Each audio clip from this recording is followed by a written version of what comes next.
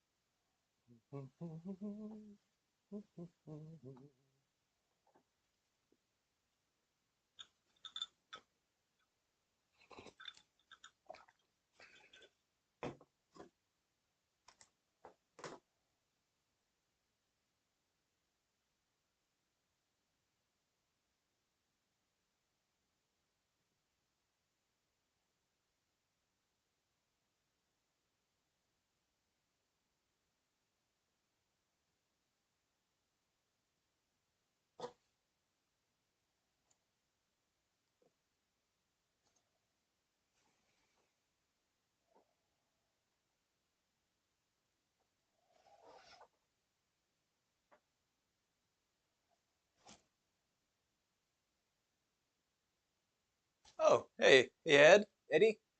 Thanks for joining again. 4 a.m. Oh yeah, it's quite the difference of the time zone between us. It's 9 a.m. here, so a little bit later. I'm just pairing my other mouse up to my other computer right now, so I can pull up a copy of the YouTube live stream, so I can actually see what you guys are saying. Make it a little easier for me, so I can see. Da, da, da, da, da. And then I'll be working on some Pumpkin Wars, little game I'm making for Halloween. Okay, so I just need to go to, I think, my YouTube link on this computer, and then we'll get going.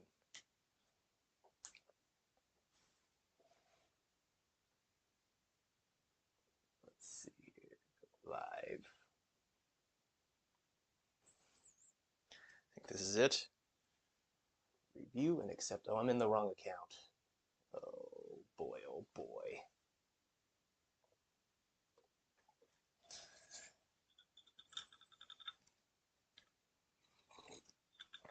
Oh, I don't even know if Eddie's here right now. It says 0 views. Guess I'm all alone. That's okay. I was speaking to a previous Eddie. Okay, so let's see if we can go live now. Here it is. Can I see the live stream? Yes, I can. Pop out.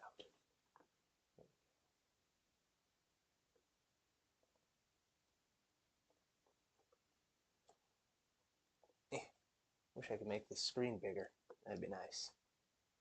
That's okay. That's probably good enough. Oh, except I really can't see. So okay, I'm gonna put up a magnifying glass. How about that? That'll hopefully make it so I can see a little bit better. Yeah, okay. Let's call that good. Hopefully you can hear me. Oh, of course you can. I heard myself while I was doing a test. Okay, so now we get into the development of Pumpkin Wars.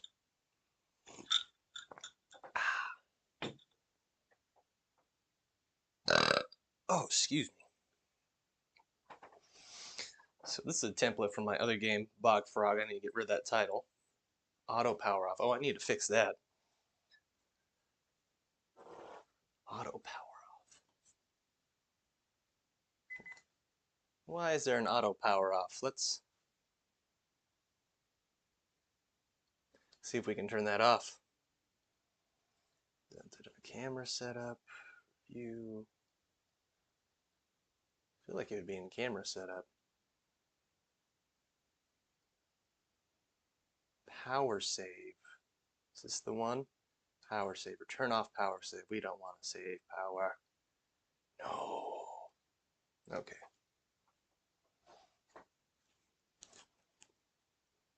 Hopefully that's good now. Okay. Bog Frog. I'm going to get rid of that title because that's probably just going to confuse people right away. It's not Bog Frog anymore. This is Pumpkin Wars. So let's go ahead and find our lobby UI, and we will not call this Bog Frog. We will call this Pumpkin Wars.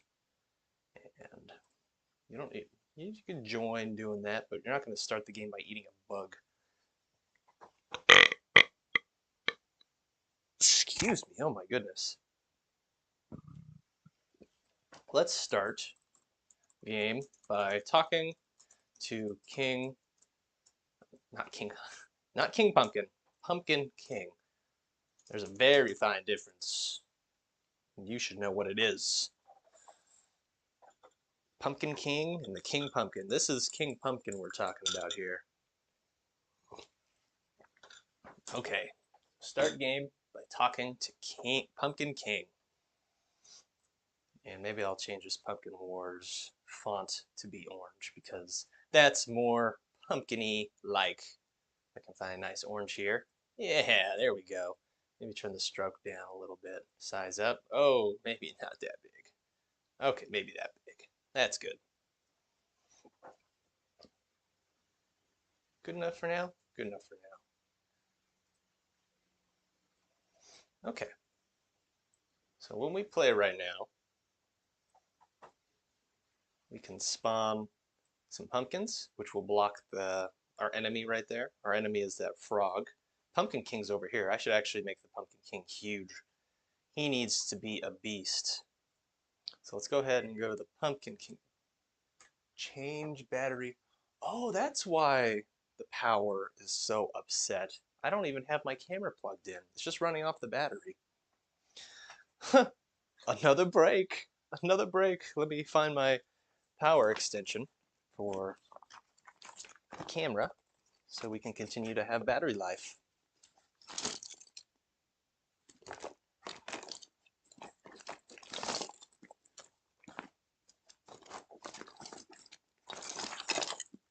Oh my goodness.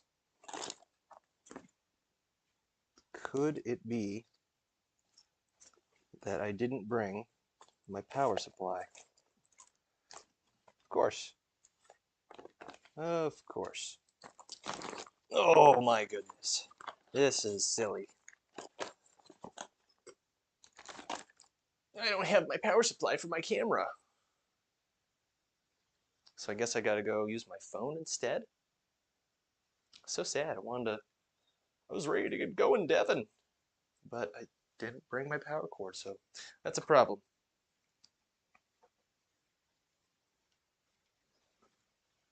I'll be right back. I'm gonna go grab my phone.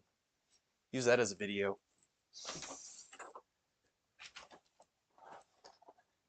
I didn't bring the power cable for my video camera. Too many things. Yep.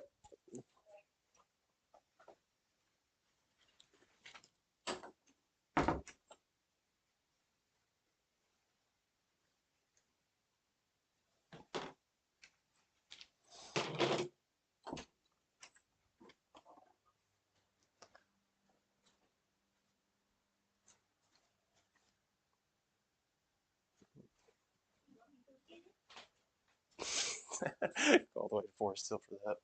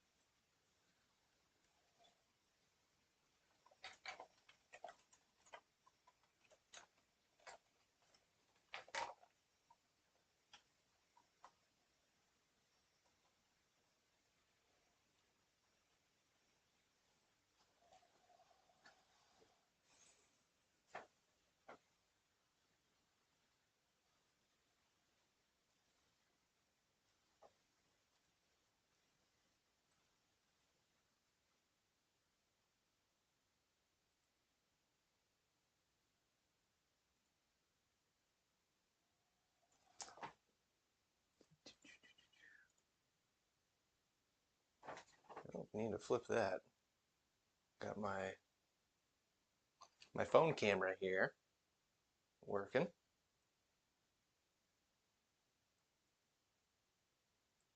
Now I need to plug in my phone camera so this doesn't lose battery.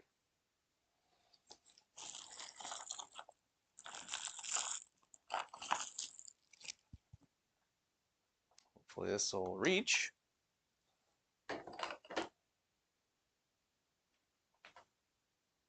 It will reach.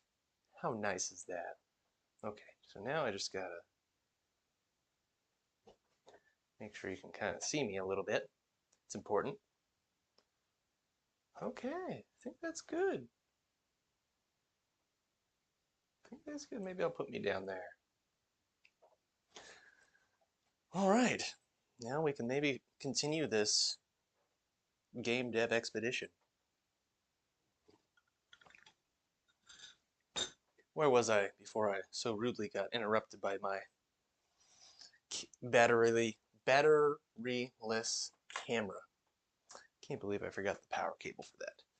Can't believe it. It's okay. We work with what we got. Yeah. I should put this a little over here.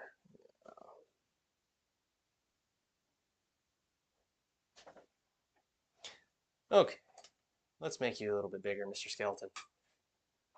1.5. Let's try 4.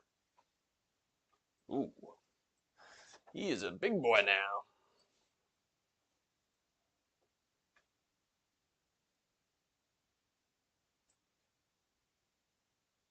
Let's grab him from that point. I'm going to grab from the bottom now. Skeletal mesh and capsule. Where's...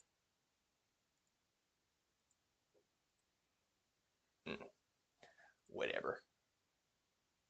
I'll just raise him up manually. There we go. Let's see how big the Pumpkin King looks now. That's a better size for a Pumpkin King.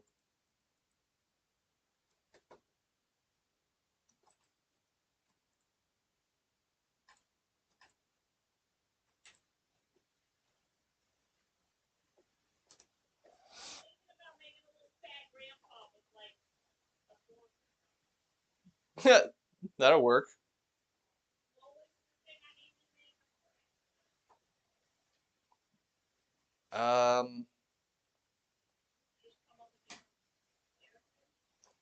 Yeah, just any sort of...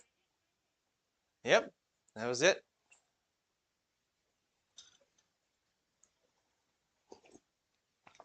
Okay, I'm gonna give a health system to the bad guy, which is right now being portrayed by the chef.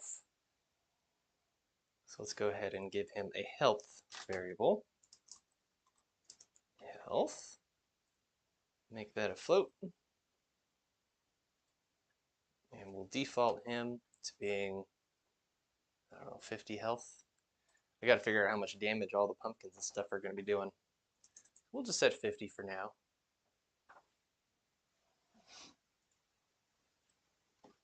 And we also need to give the pumpkins health. So let's go ahead. Oh my goodness. Hello, cute Mr. Pumpkin. Give you a health variable.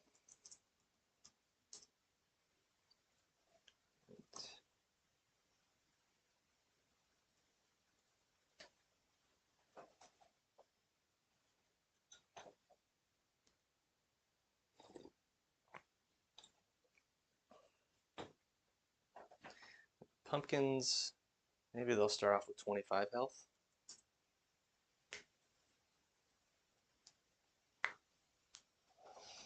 And we need a damage amount from these guys too. Damage amount. Or maybe, see, they're going to have, I should write this down.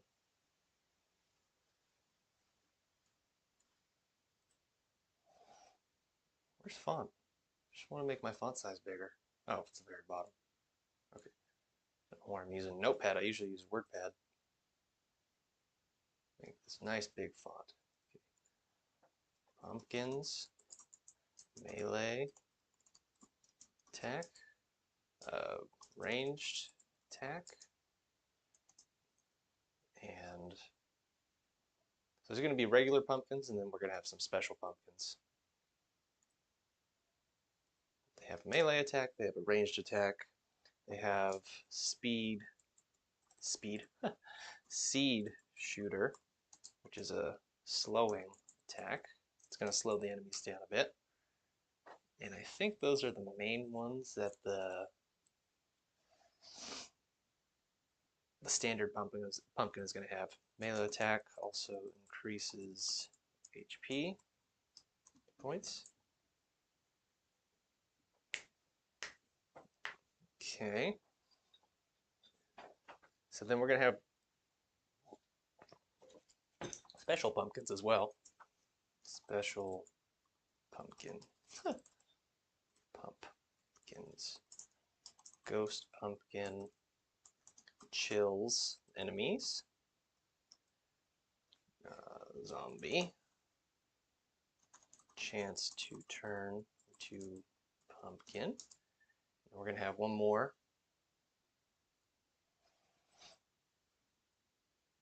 What was the last one? We have a zombie. Oh, that's right. We have barf pumpkin. Barf. Barf projectile. Dial, which slows. Okay. Melee attack, increased ranged attack, seed shooter, slowing attack. Okay. Let's go melee damage. Oh, I should keep this up on the screen so I could reference what I'm doing. Put that right above my head here. Melee damage. And let's go ahead and add a ranged damage. And let's go ahead and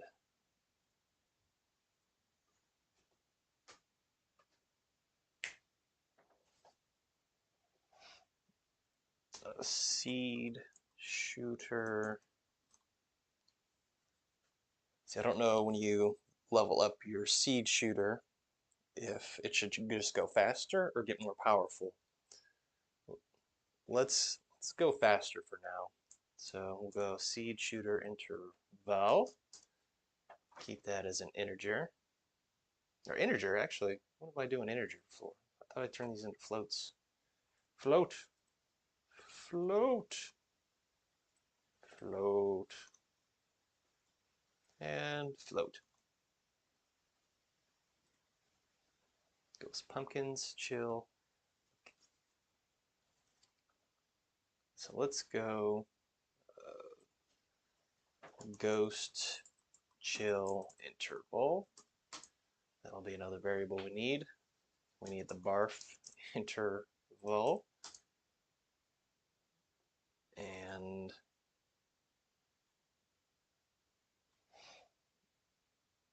zombie chance.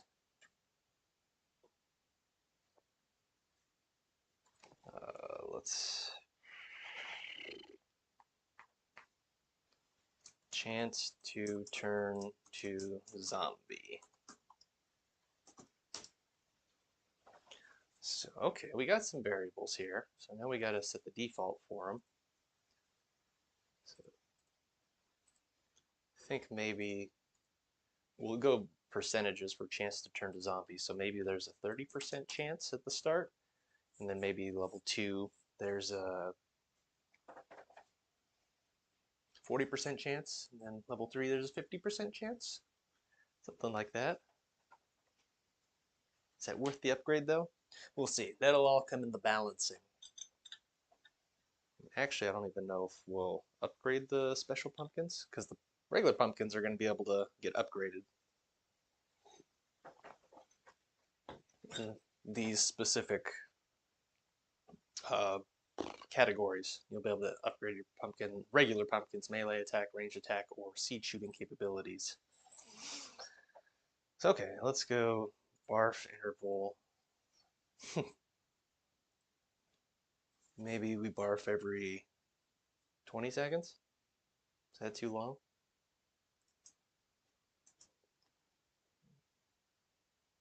Ghost chilling interval. Maybe we'll just do 20 seconds as well. Just stick with 20. Seed shooting interval. These need to happen a lot faster, like a poof, poof, poof.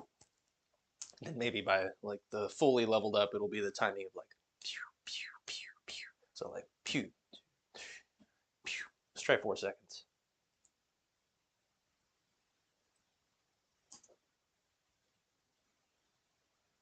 Melee damage, how much are you gonna start off doing, my pumpkin friend? So you start off with 25 health, and those evil chefs start with 50 health. So maybe like, do 10 damage? Sounds like a number. I keep looking at the wrong camera because of the wrong camera not being set up and working.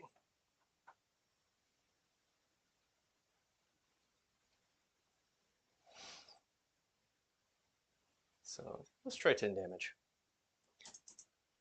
10 damage.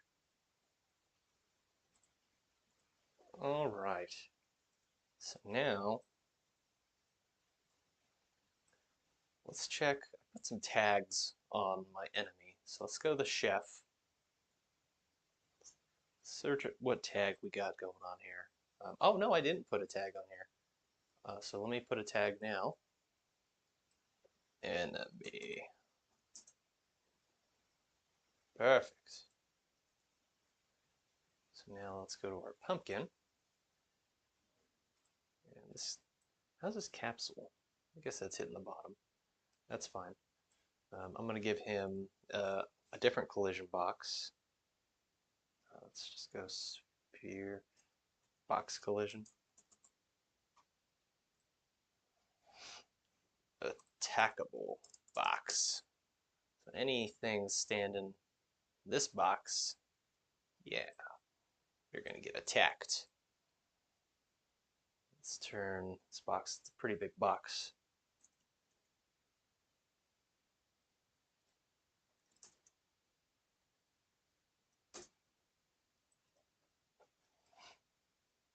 Maybe in like this distance.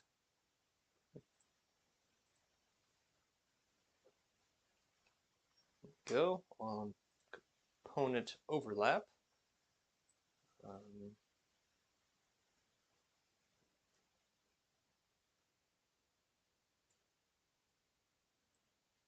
Who did this pumpkin overlap? Oh, I already have some code for the pumpkin overlapping, so I'm actually just going to move this down to that new collision box I made.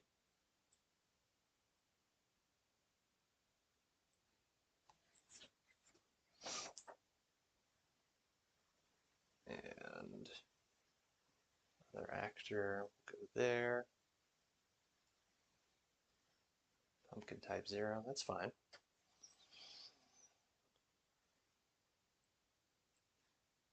And then we're going to make an end overlap box for the attackable box. And who did this pumpkin overlap? No one, because we left the box. Okay. I guess I could, oops, don't need a comment there. Guess I can copy, leave this code for the original overlap just in case it does overlap the pumpkin's capsule. Actor.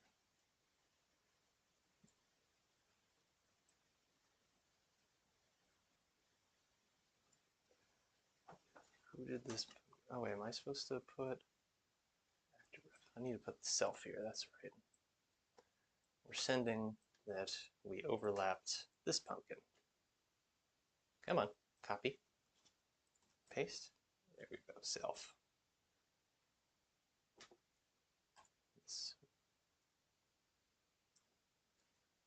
Oops. Self goes to this one. Actor on the end overlap gets an out. Woo.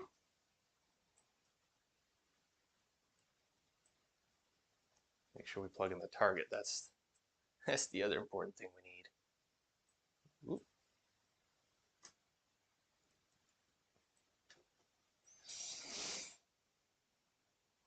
where'd my chef go?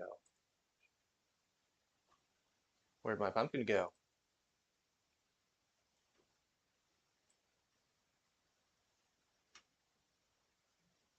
Okay. What else are we angry at? I think we're all good there.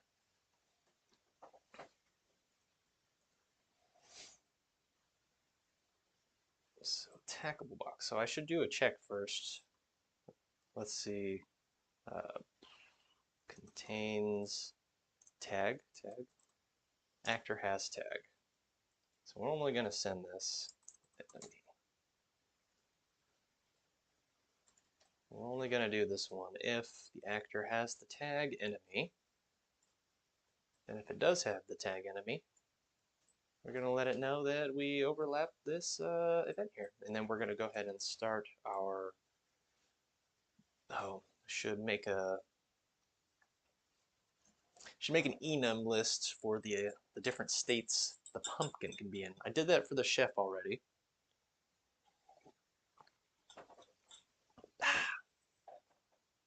But the pumpkin needs his own states. Um, so let's go ahead and go to pumpkin, enum, enemy states. Walking, melee, ranged, ceiling. Oh, you know what? I could probably use these same states for the pumpkin. So the pumpkin needs to be, let me pull up my notepad again. Pumpkin needs to be attacking. It's not going to need to walk. So maybe just an idol could be thrown in there. And we need a seed shooter.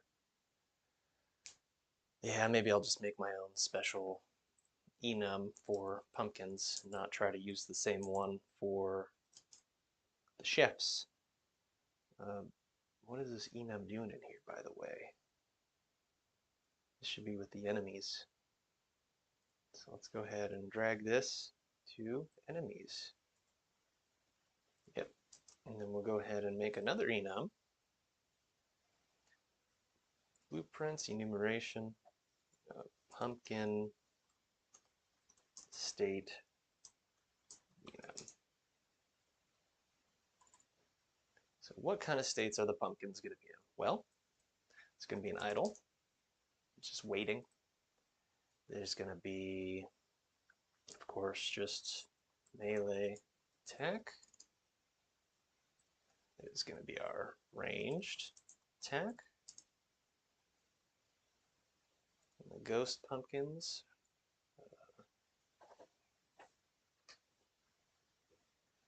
Chill the enemies, yep.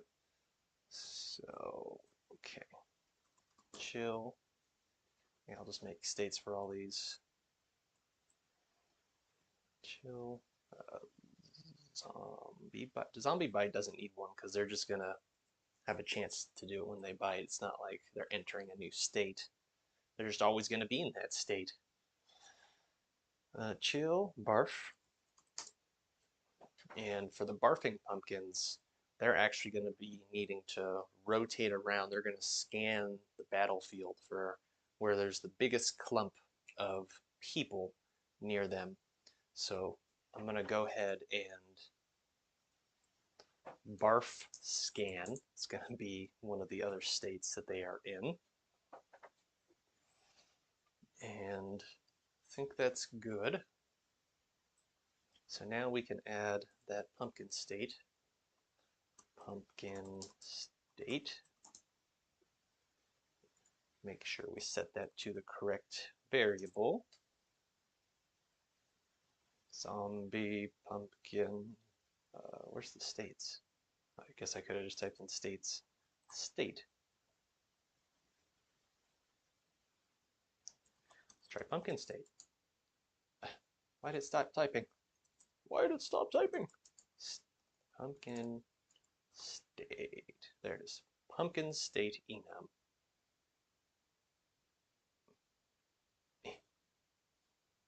Don't know if this is choosing the right one, hopefully. This is weird.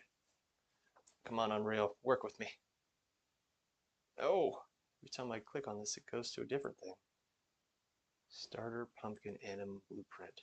See, that's not what I wanted. Pumpkin state. Like every time I try to type in pumpkin state, it just stops typing. Pumpkin state. Yeah, this is the one I want. Can I just, I don't want an array. I just want an object. A single. Pumpkin state. Okay. Is that so hard? Yes. Yes, it was.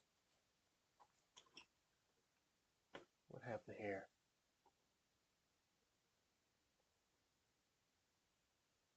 What you doing? Oh, hey Plush. I'm working on a game, Pumpkin Wars. I'll show you what I got going right here. Oh my goodness. Oh, let me block this guy. Okay, so the objective of this game is to protect King Pumpkin over here on the left, and you are gonna be dropping off pumpkins, spawning pumpkins like right here. Eh, there it goes.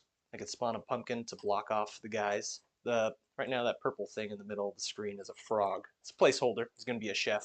So chefs and grannies are gonna be coming at you, and you're gonna be placing your pumpkins, and your pumpkin's gonna be battling. It's Pumpkin Wars. That's what this is all about. So okay, so we got our pumpkin states. And we start off with it being an idle, and we're going to go ahead and set, if we know we ran into an enemy, we're going to go ahead and set our pumpkin state to be melee attack. Very good. And I think that's pretty good. Let's go ahead. I need to make another AI controller for the pumpkins. I'm going to go ahead and do that. Um,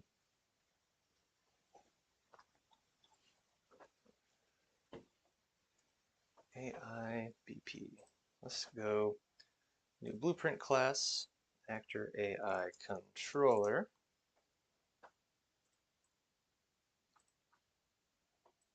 And let's see if we can name you BP. I don't need to name it BP. It's not a blueprint. It's an AI controller. A AC, is that what it would be? AIC? AI controller. Yeah. Let's go AI controller and pumpkin. There we go. And I need to make a blackboard for the pumpkin. I don't know where I put all the enemies AI logic. Blueprints, enemies, AI. Okay, so I should probably do the same thing for my pumpkins.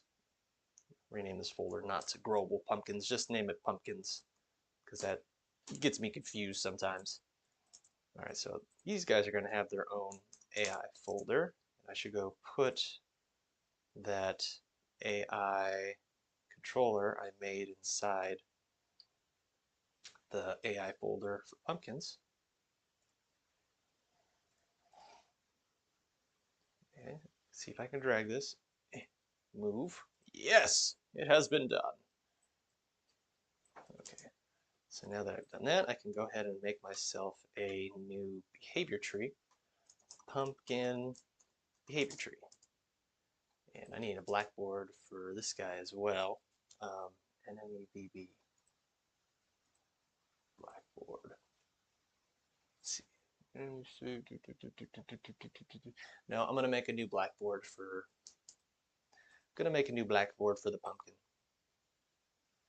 Let's go artificial intelligence blackboard BB pumpkin. We'll have this guy set to use the pumpkin behavior tree.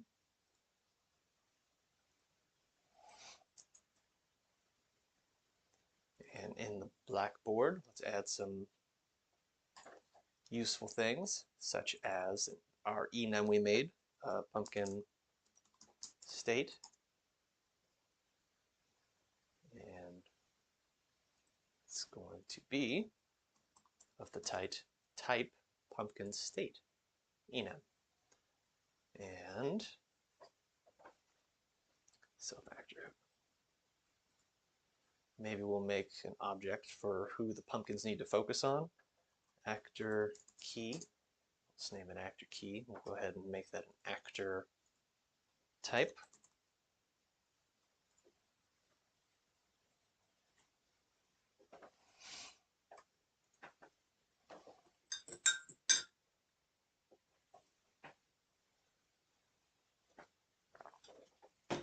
Okay, so we have our pumpkin states. We have our actor key.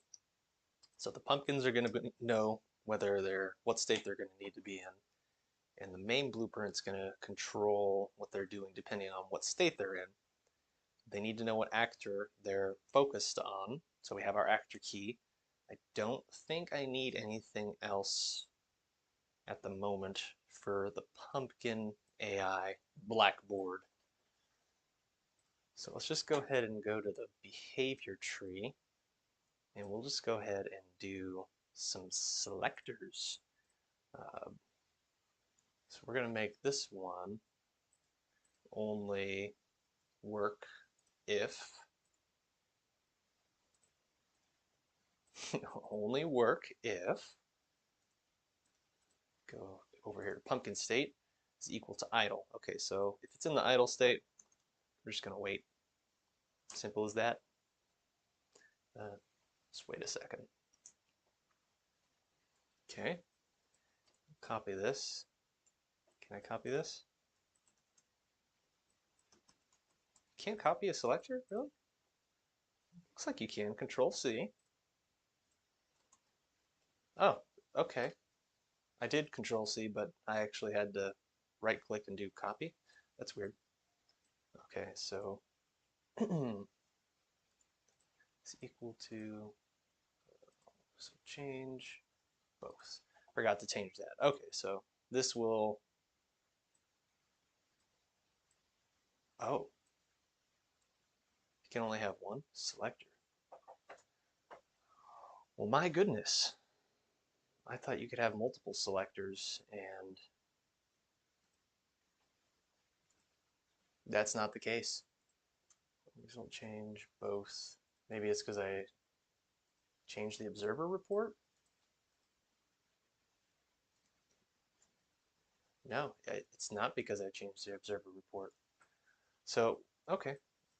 I think I'm just probably just doing it silly. I'm going to add a sequence.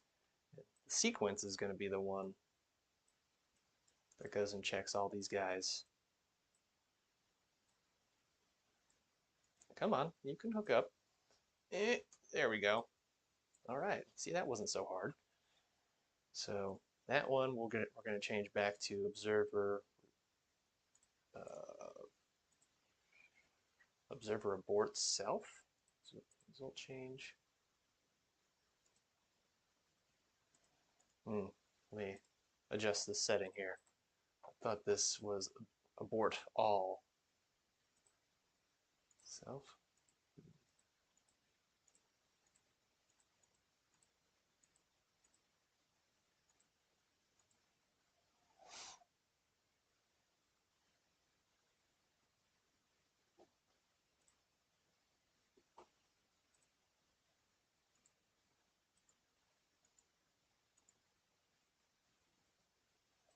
Okay, so now this one is in melee attack mode. We're gonna go ahead and do something else. And then.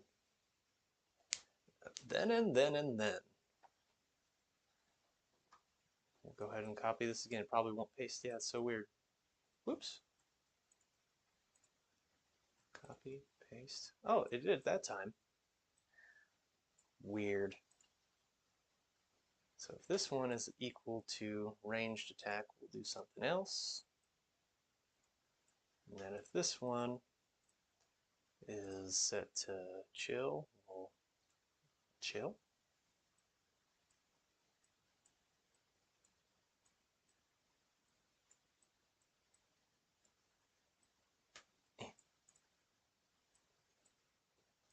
Copy that over there. And one more. think. We have chill and barf.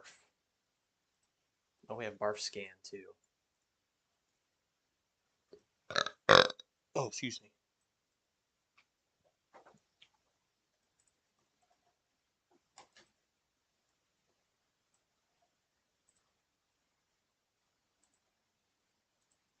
Barf scan.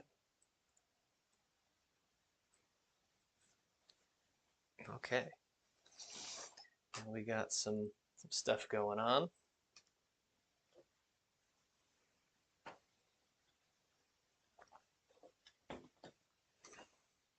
So now let's go ahead and go back to our pumpkin. Set melee state there. Okay. Oh, that's right. I was working on the controller. So let's go ahead and BP my AI controller. Did I move the wrong one in here? No. I did make the pumpkins in the wrong folder though. Why can't I select you? There you go. Pumpkins belong in here.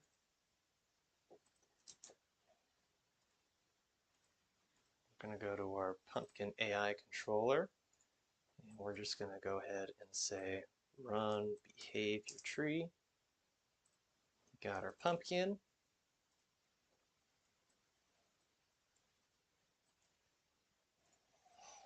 And it's going to run that behavior tree. So then next we need to go to our pumpkin. We need to set our blackboard we're using. So let's go ahead and set blackboard. Oh God. Blackboard. How do I set blackboard? Use blackboard, that's what it is. Let's type in our pumpkin right there. Self. Nice. All right. And target. Oh, that's right. I have to get the AI controller. It doesn't like using the blackboard unless I tell it which controller to use. Get controller. Get AI controller.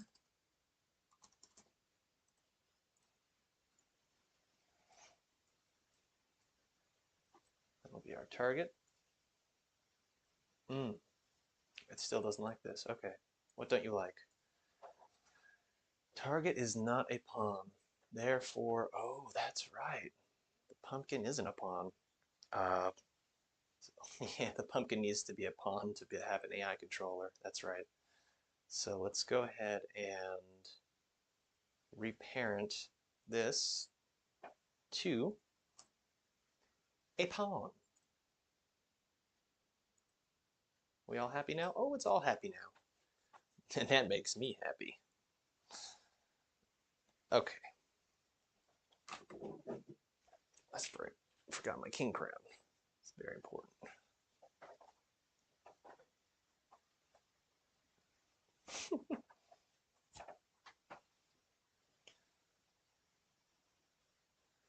Okay, so we got that. Now we need to actually set the AI controller that it's using, because right now it's just using the standard AI auto possess, whether it is placed or spawn, and we will use the pumpkin AI controller. AIC pumpkin. Perfect. Let's go ahead and check the pumpkin behavior tree. I just want to make sure that this is firing off because I've had problems getting the behavior tree to run sometimes. So let's see if we get a breakpoint here. We didn't. We did not. So it is not working. Oh, but that worked. How come that worked? Pumpkin behavior tree, wait. What changed there? Pumpkin state is equal to idle. I don't know what changed about that. On value change, result change.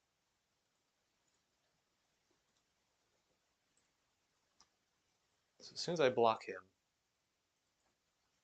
actually, oh, that's right. Silly me. This is for the pumpkin. And I have to actually spawn a pumpkin for this code to run. So that's my problem. That was my fault. Let's try that again. So now Same thing, yep. If I spawn a pumpkin, it goes to wait. So, okay, the behavior tree is up and running. It is working. That is super exciting stuff. Because not too long ago, I didn't even know how to get the behavior tree up and running correctly because there's a lot of little steps. You got to set up your AI controllers and making sure the blackboard's set to the right blueprint, all this stuff. But I'm happy to say I got it working. So let's go back to our pumpkin. Now that we have this blackboard and we know this is the correct one, we can promote this to a variable because we are going to need that all the time. It's going to be very important to our causes. Okay, so now let's go ahead and grab, we're going to do that right now actually. We're going to grab our blackboard component and we're going to set enum. This is just telling the AI controller that we're set to melee attack now. Okay. And target, oh, that's right. I need to actually make a key name. Make literal key. And I think we just named this pumpkin state. I hope that's right. Maybe I will double check my pumpkin state enum name. Crown. Where are you? Where are you, my sweet little enum? Pumpkin state. Yep, that's what I named it. Okay, so now, just double check, we're going to go ahead and go to our pumpkin behavior tree. And now that we have our melee attack set,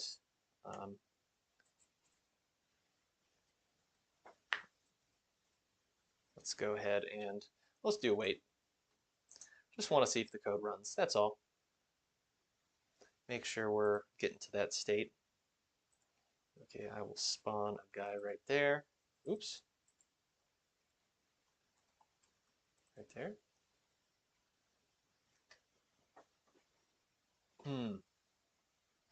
He's not rotated towards the frog chef. So maybe that's the issue. So maybe we should have, well, first of all, I guess they should always spawn looking to the right. I'm thinking of just always having the guys come from the right. So maybe I should just fix that first of all, because right now they are just not spawning how I want them to spawn. So let's go to our player controller. Do I have a player controller up? I don't see one. All right. Blueprints, players.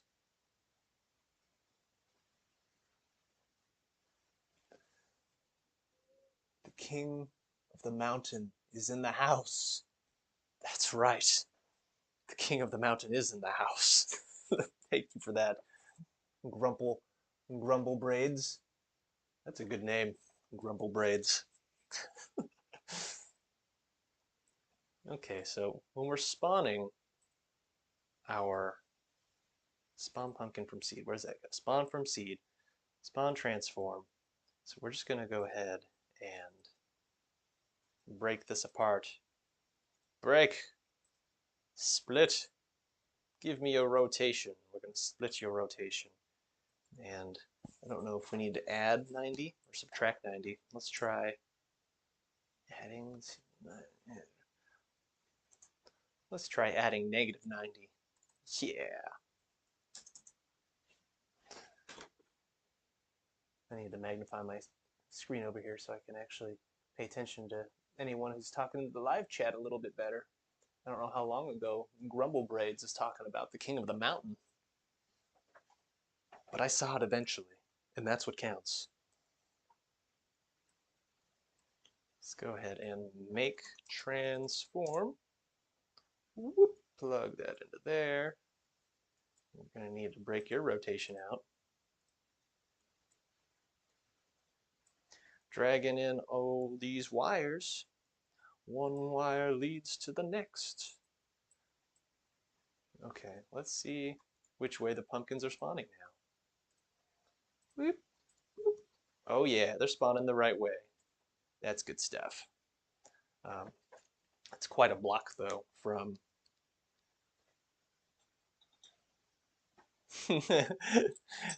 That's true, Grimble Braids.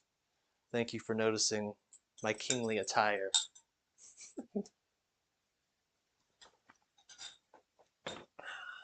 It gives me the power to create beautiful things. So let's see the chef here. He's bumping into something. I don't know if that's because his collisions box is set to block, but we're gonna check this out. Move this out of the way here. Collision preset. No, this one isn't set to block.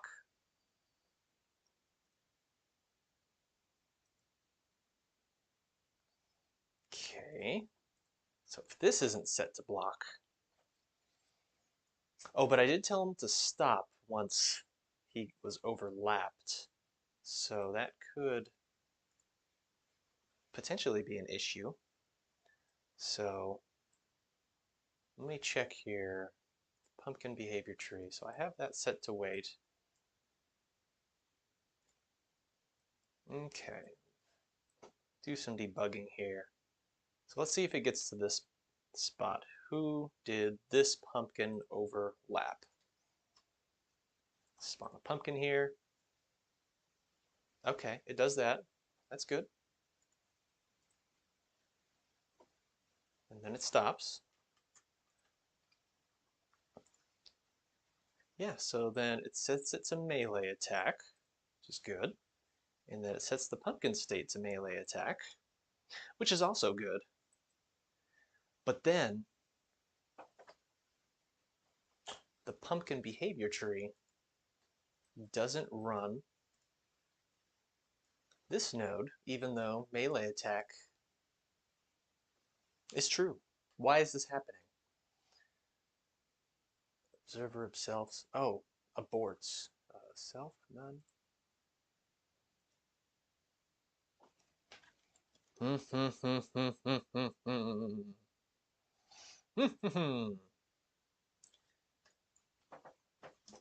See, I remember making selectors. Oh, can I make selectors off of here? Oh, I can make selectors off of here. That's interesting.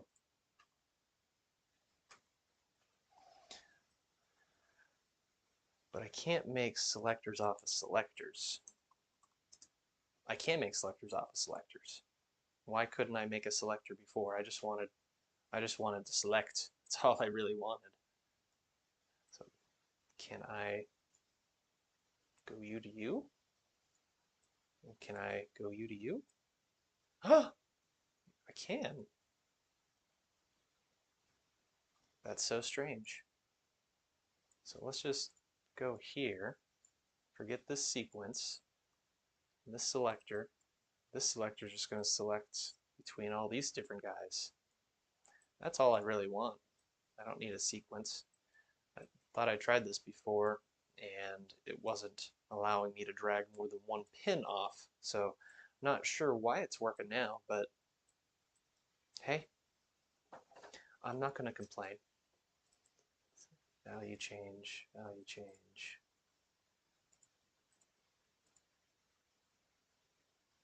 Both. Yes.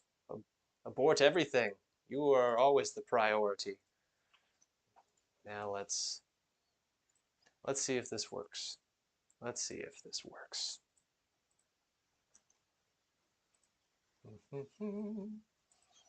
Can we get a fire? Yes, we can. That was it. It was because I was using a sequence node, not a selector node. That was the problem. Okay, so now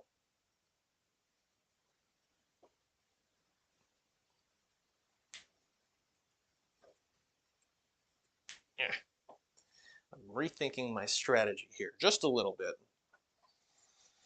What I'm rethinking is the melee attack, because I have this box in front of him, which checks to see if there's going to be a melee attack zone or whatever. But if a guy ends up going on the side of him, he's not going to be able to see him because he's not in the box. So I'm thinking I should make the attackable box really an attackable sphere collision check, which is a big thing that over encompasses the entire pumpkin, and then the pumpkin can rotate to whichever side he needs to start punching or biting. The pumpkin's going to bite as his attack. So, all right, let's do that. I should have just made a sphere from the beginning, but let's do it now. Sphere, collision. Again, yep, we're just going to have it over encompass him. We're just going to make it a big, big boy. Like that. Is that big enough? Yeah, that's big enough. So, attackable box. What's this one called? Just sphere.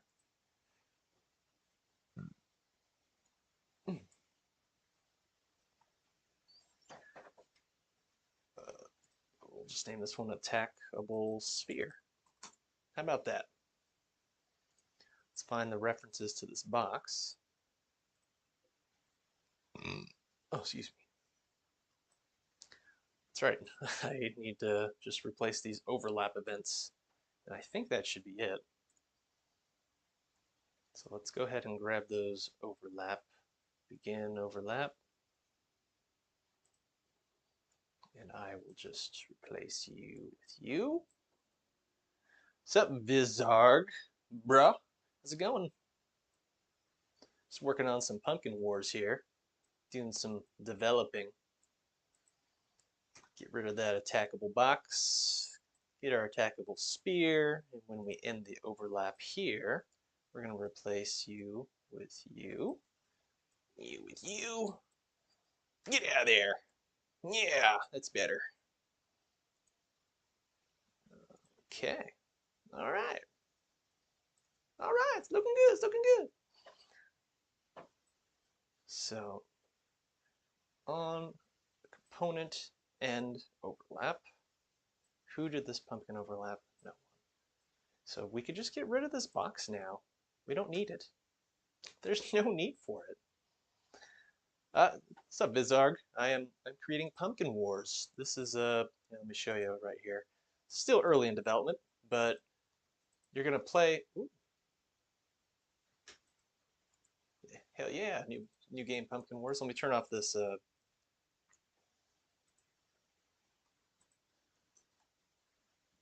Okay, so you can spawn pumpkins in. You're gonna play as a gnome. You're gonna collect a bunch of seeds. You're gonna be planting pumpkins, and you're gonna be blocking off chefs and grannies coming at you with butcher knives and rolling pins and that kind of thing. You're protecting King Pumpkin over here on the left. He's the king of the land, as am I, the king of this mountain. So you're going to be spawning in these different pumpkins, and you're going to be able to upgrade the pumpkins to do different things. So you can upgrade their close range, which I keep on doing this like if they're punching. I always think of close range like a punching kind of thing, but they're going to be able to bite close range. You can upgrade their ranged attack, which is going to give them some cannons eventually. Some cannons are going to spawn on them. You can upgrade their speed shooter, which is going to be like a slowing attack, where they're just going to spit seeds at the enemy. It's not going to do too much damage, but it's going to slow them down, and it's also going to have a chance to drop more pumpkin seeds for you to be able to plant more pumpkins. So that's kind of the general gist. Are you working on GTA 6? Hey, if GTA 6 has Pumpkin Kings, yes. Oh, Taro, I didn't even notice you. What's up, buddy? Good to see you in here. So, okay, when this is set to melee attack.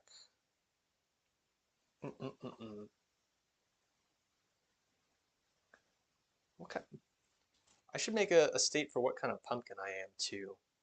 Because right now the pumpkins don't even know what kind of pumpkins they are. So let's go ahead and make a pumpkin state, a pumpkin type enum. There we go. That would make more sense.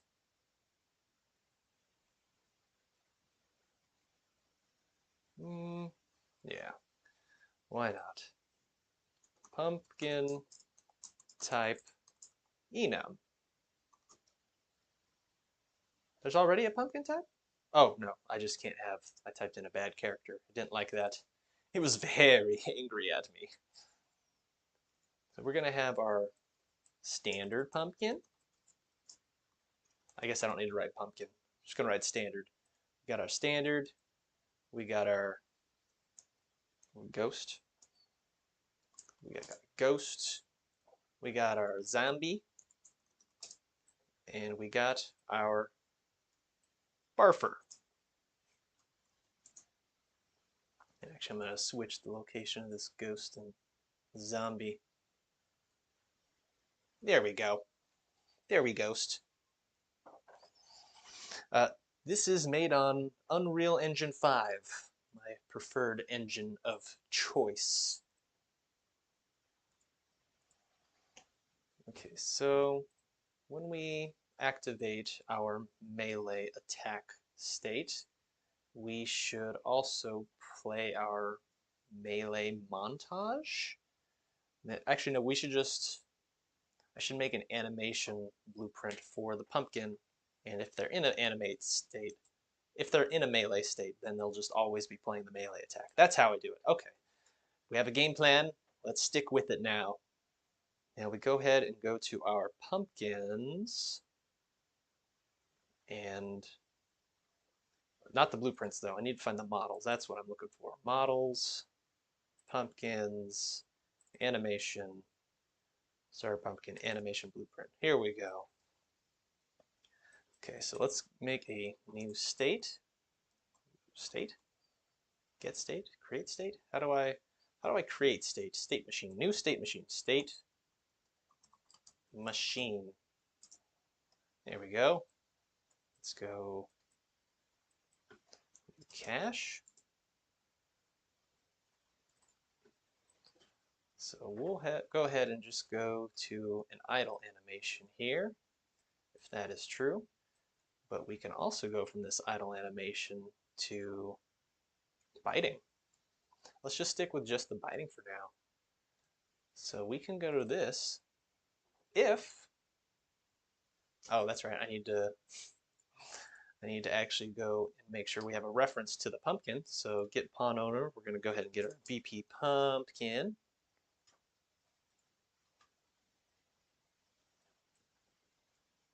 And we'll go ahead and promote that to a variable. And we don't need to cast this every frame. So actually, we're going to say that variable we made as VP pumpkin. We're going to see if it exists first. And if it doesn't exist, we'll go ahead and make that reference. Otherwise, we won't do a darn thing. Perfect. So now we can go to our animation graph, and we can go ahead and finally get our reference to the pumpkin, so we can get our animation state. If pumpkin state, not sat, state, get pumpkin state. So if our pumpkin state equals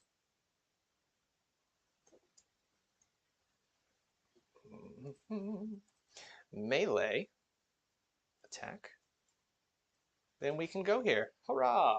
I'm just going to copy this little bit of code because I know I'm going to be using that again here in a second. So if we go from our idle to our pumpkin bite, we got to make sure that melee state is available. Now, if we want to go from biting to pumpkin, or biting to idle state, we have to make sure that this is set to idle. Hurrah! Whoops, I didn't mean to play. I meant to save. So now I can go ahead and find an animation that I made for this guy, the biting attack. Bite. Bite. Here we go. Bite. Ow! Look at that bite. He's so hungry. Unreal is good.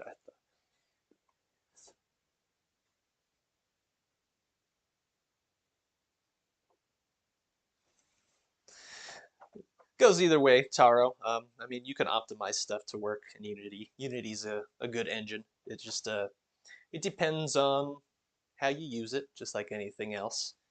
But yeah, I like Unreal just because of all the high fidelity stuff they've been putting out lately, like Nanite and Lumen, being able to render just millions of polygons, no problem.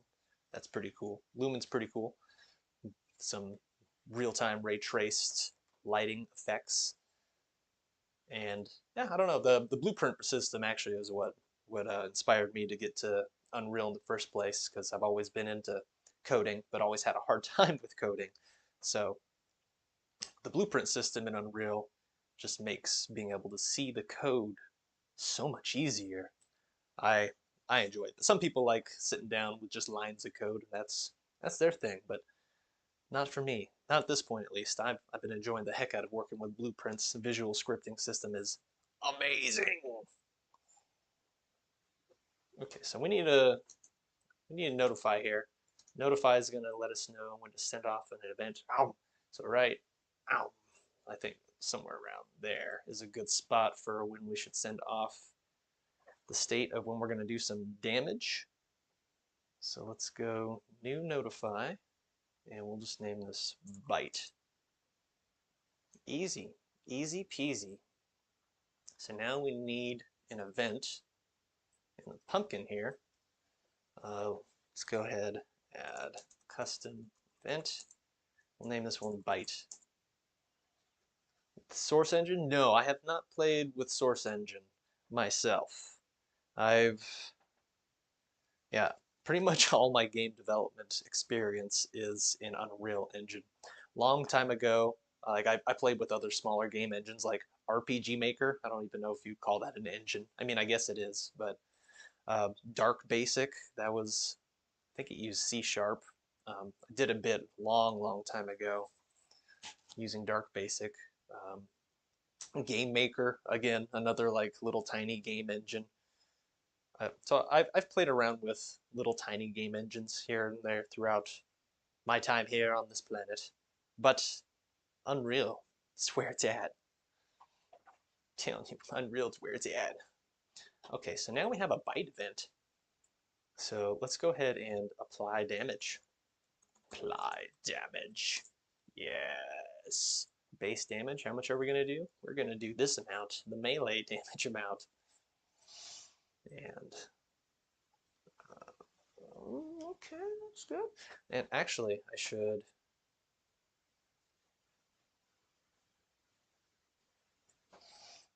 should actually store a reference to who we're looking at. That that would be useful. So where should I do that? On begin overlap. Okay, let's let's do that. Let's store a variable for that right here. So if on the overlap it is an enemy, we will store a variable reference to this. Enemy to, oh, I gotta actually do promote to variable. Enemy to melee.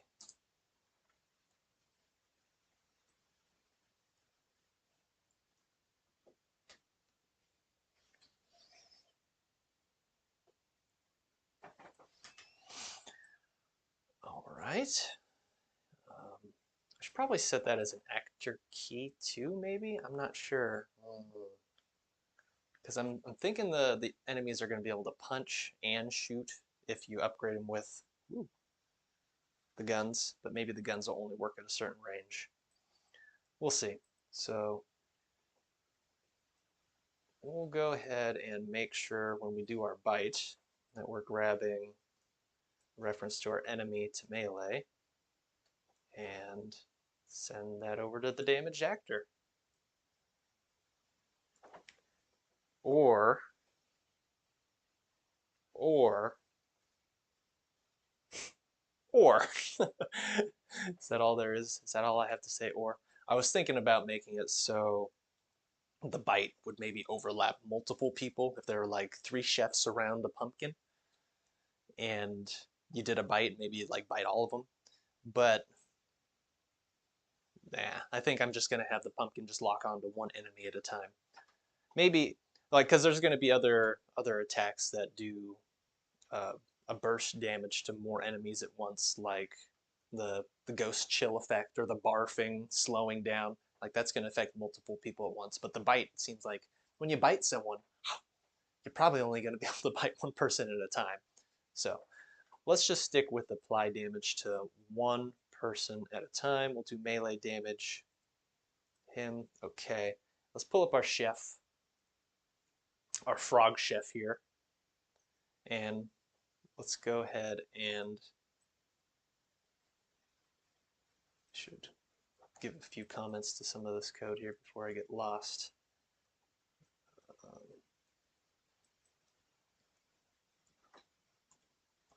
focus on actor. We don't need event tick. Not for this. Let's make a comment for this. Begin. And good guy. Yeah, this sets him to attack. So melee collision attack. So now I need to apply damage to this guy. Apply damage. Oh, receive damage. I don't need to apply damage. I need to receive event any damage. Here we go. So if you get damaged, we're gonna go ahead and take your health. We are gonna subtract it from the damage amount. We are gonna go ahead and set your health to that new amount.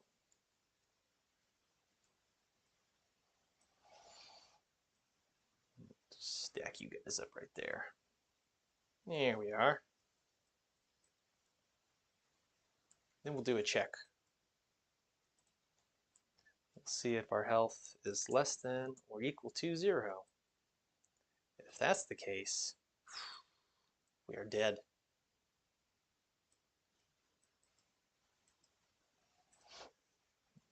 Custom event, begin death.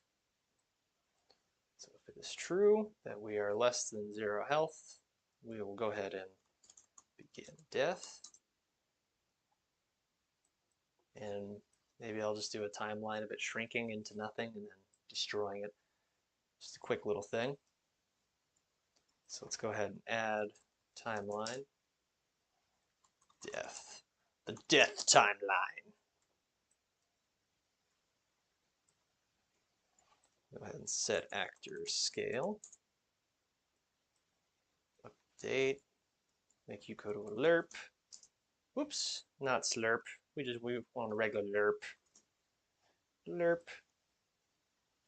Go ahead and add our float track. How long should it take for him to die? Maybe 1 second. That sounds about right. Make our value here, time 0, value 0, value 1, time 1. Beautiful. Have you ever seen such a beautiful float track? It could be even more beautiful if we smooth it out with these nice Bezier curves. Okay. So now we have our alpha there. We go start our scale from 1, and it's going to shrink down to nothing. And then after that, we can destroy ourselves. Yay! We don't want the actor to just be hanging around. No, no, no. Set actor 3D scale. Is that right? Okay. And let's see any damage. Let's do a print string maybe, just to see what his life's at. Make sure we're actually getting some code firing off here. So we're going to see how much his health is at. Nice print string. Hopefully this fires off. Let's find out.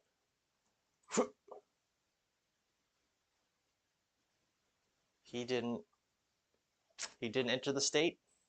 He didn't enter the state.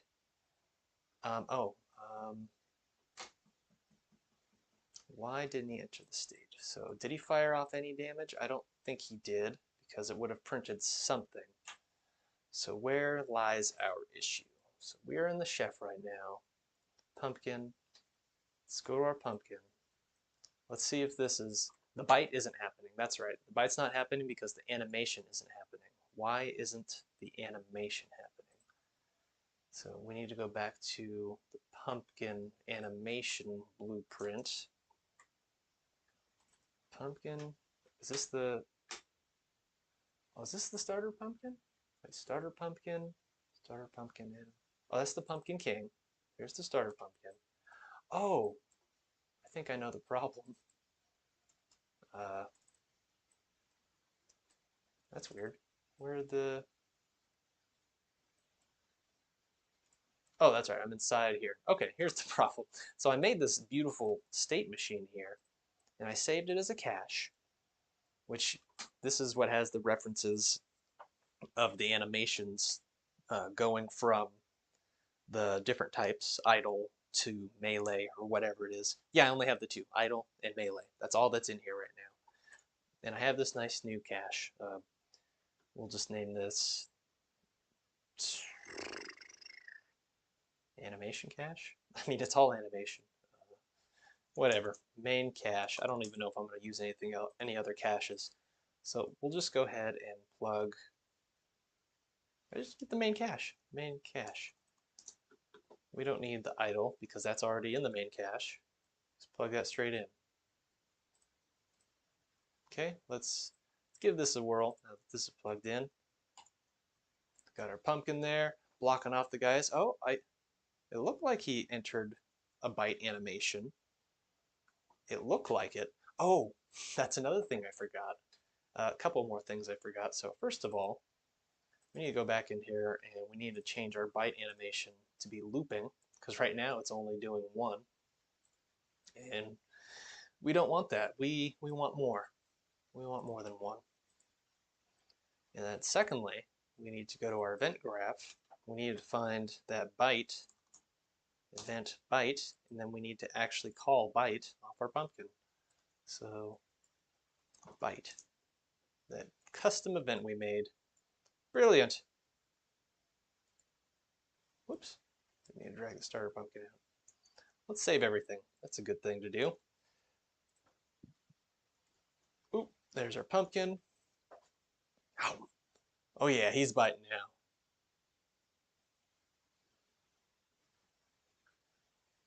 He ate him. He ate him to death. That was amazing. So okay, block off the little pumpkin here. He bites. The only problem I could see is every time he bites, he does two damage. That's not something I want happening. And then he's stuck in his bite animation after that. So why are you still biting when there's no one in front of you? We need to fix that. Apply damage. He ate them to death. Good job, laddie. Thank you, Grumble Braids. I appreciate that.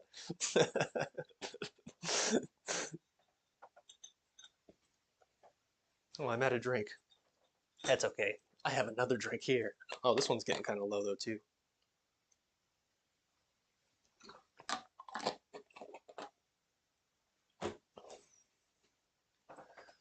Okay, so now we should do a check here at the end of every bite to see if we're still overlapping the enemy. Is overlapping actor. So we're going to go ahead and see if we are still targeting this guy that we were hitting. Throw a branch on there. Go ahead and check and see, are we still overlapping this dude? If we are, we're going to keep on going. If we're not, let's go ahead and I should make some custom events just for setting. Yeah, let's do that. Let's make a custom event for setting the states. Uh, add custom event, set state. And we're going to need, of the type, pumpkin states. Pumpkin state.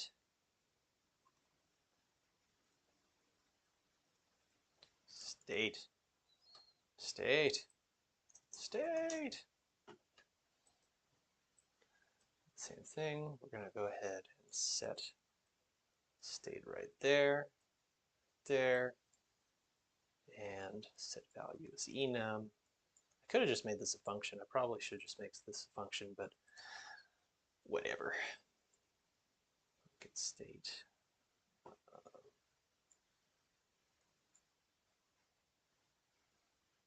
Oh, I don't need to do that. Leave that on. What was it? Pumpkin state? Pumpkin state.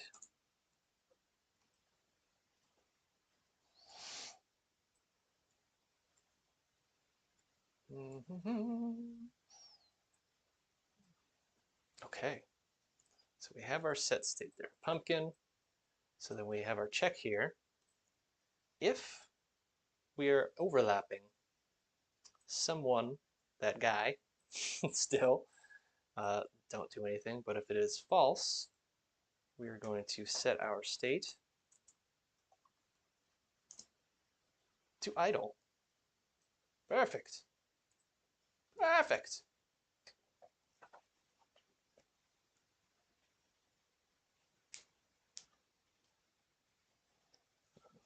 Let's try that, I guess.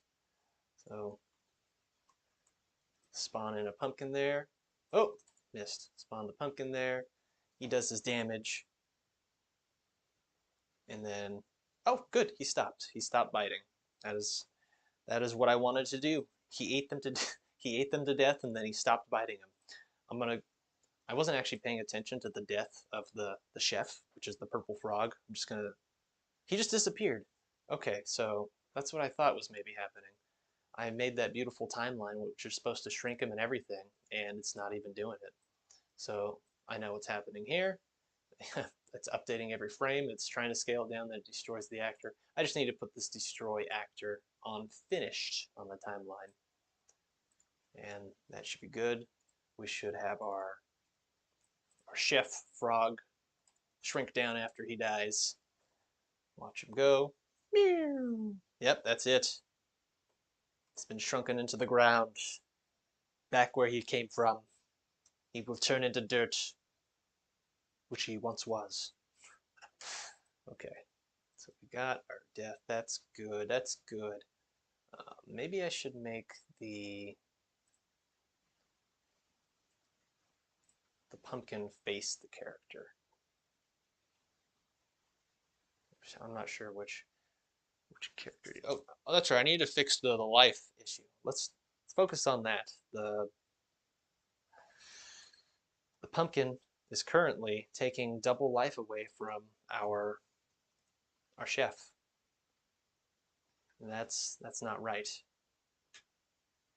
Let's go pumpkin, do damage. So it does bite twice. Why is it biting twice?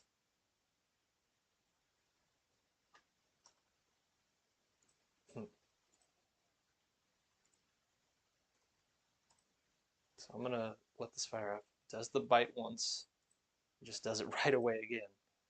Okay, I don't know why it does that twice, but I guess we'll have to have a bite check, a bite reset. So let's go ahead and do this once. So we're only going to bite once.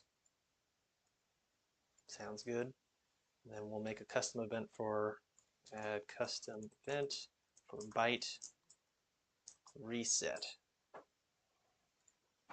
All right, then we go to our pumpkin animation blueprint.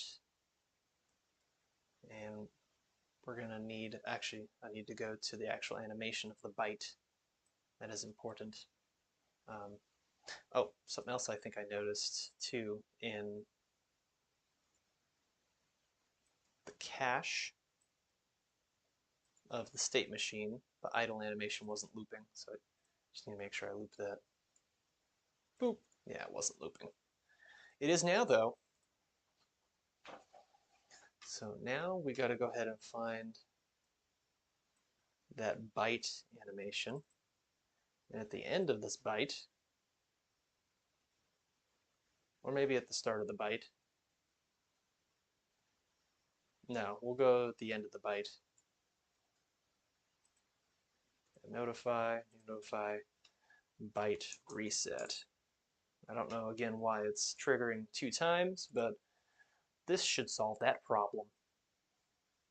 So let's go to our starter pumpkin event graph, and now we can grab our byte reset, and we'll just call event byte reset. Oops. That's right, I need to grab it off the pumpkin. Byte reset. There we go.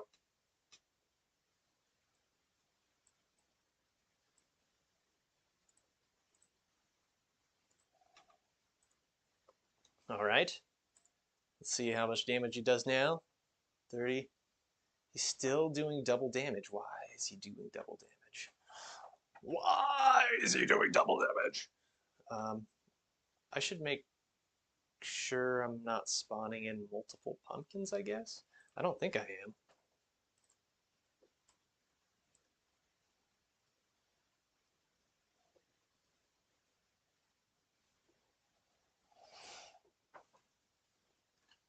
Yeah, why is that double damage happening? So let's see here. Let's follow this again. Byte. Should only do it once. It says it's only going to do it once. Spawn my guy. He does his byte. And he does it again right away. Man, why is that?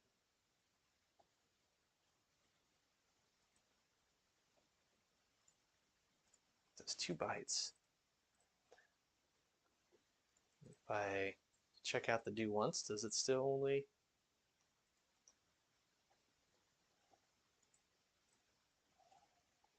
I don't think you know what the definition of do once means. Applies the damage right away again. Why? That doesn't make sense. That doesn't make a whole lot of sense to me. It does double damage. I mean, I don't have...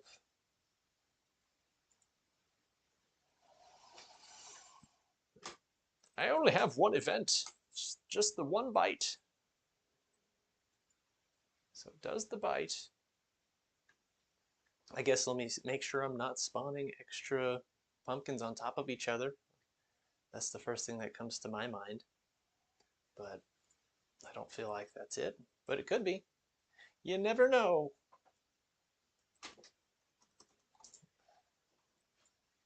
We'll just add a do once. Do once. Yes. We're only allowed to spawn 1 pumpkin. Better make it worth it. By damage. Wow. Would you look at that? So it was spawning multiple pumpkins on top of each other. Okay. All right. So I could fix that. At least I could fix that. It's not fun when you run into a problem you don't know how to fix.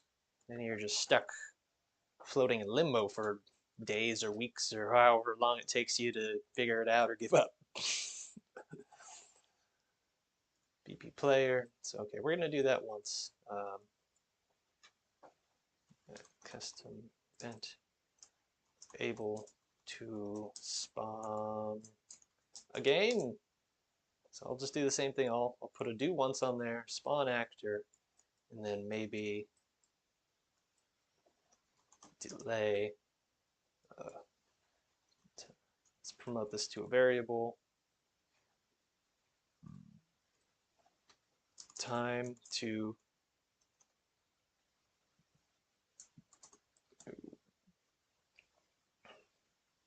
spawn to not spawn seed, to plant seed. Time to plant seed. Okay, so we're going to put a little delay in there so it's not activating again and again, and so you can't spam either. Like, it's probably good to have a delay so you're not just like pushing a bunch of pumpkins all over the place where you don't want them, or just spamming them. So maybe we'll just put a 1 second delay on there. So you can only plant pumpkins every 1 second. So after that, we will go ahead and able to respawn. What did I name it? Spawn. Oh, able to spawn again. I didn't even spell able right. I'm just gonna name this uh,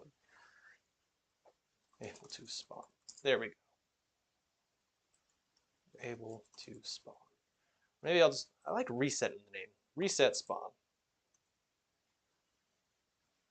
Reset plant. There we go. Reset plant seeds. Always trying to come up with good names. Not super happy with that one, but it'll do for now.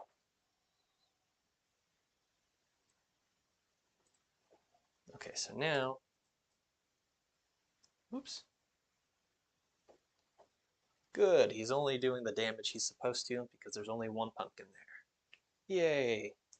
So now, we gotta have the chef do some damage as well. Uh, and then maybe after I get the chef logic working, I'll actually work on the chef model so we don't have to look at the frog anymore. This feels pretty silly, the frog. But let's go ahead and go to our chef right here, and melee collision attack so set that to melee mode. Oh, okay.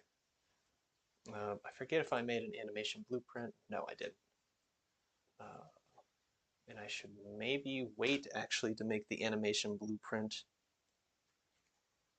because I need the animations to actually do the code, and the chefs are going to have their own hitting animation. So yeah, let me start working on chef animation. Let me save this old pumpkin that I had. And actually, I'm gonna use the facilities. I'm gonna go to the bathroom. I'll be right back. I'll leave a little note here for anyone who's dropping in the stream.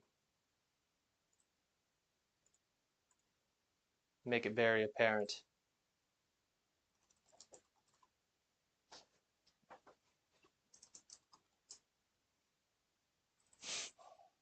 There we are. I'll be right back. Make sure I turn off my microphone. Ain't nobody want to hear that.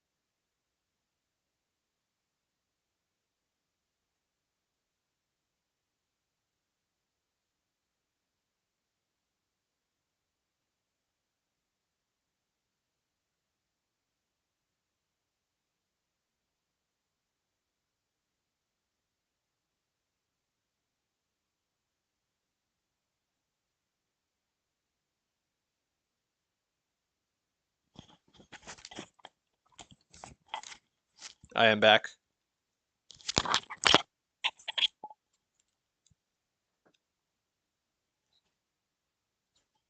Boop.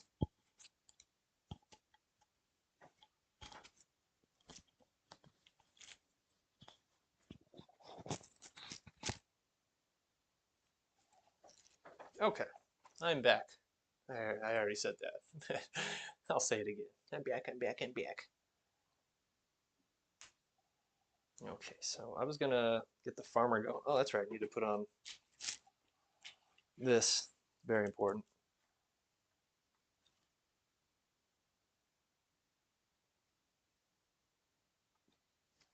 I'm back. I'm back, Grumble Braids, for you. Let's get. Let's.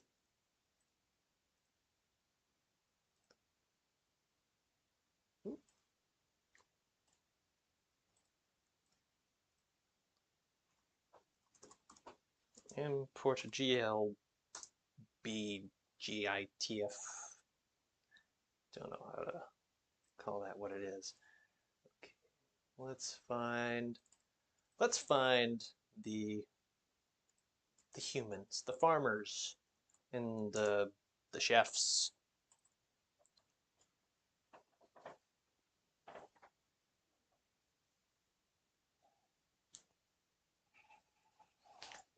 Here we are.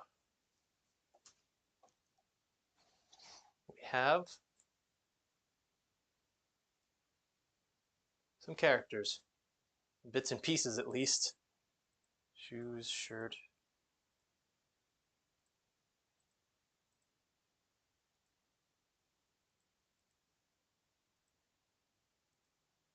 So that's the hat.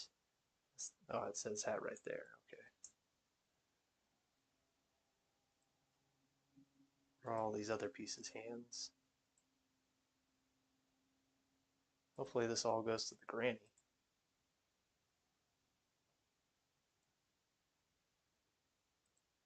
We're gonna have a granny, and we're gonna have chef. Body.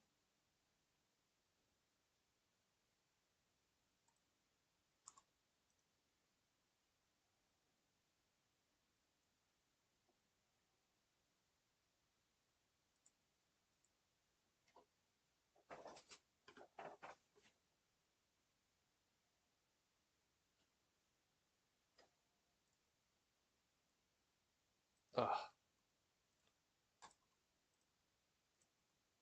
All these duplicate objects. Make sure we don't have those.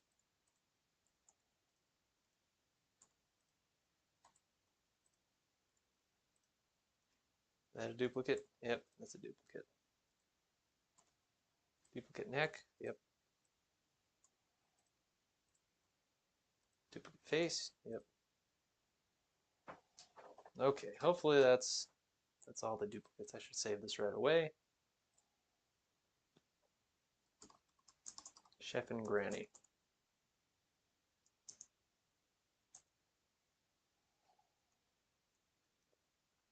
I don't know if these are all colored differently.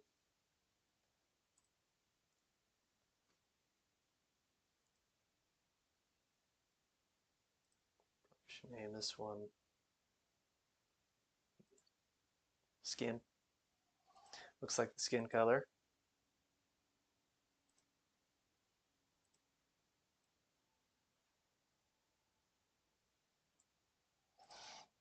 Material skin. Same with you. We'll go skin. I assume she's wearing like a jacket or something.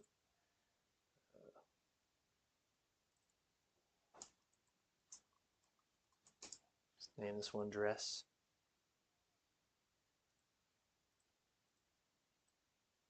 For a red dress. Sweater.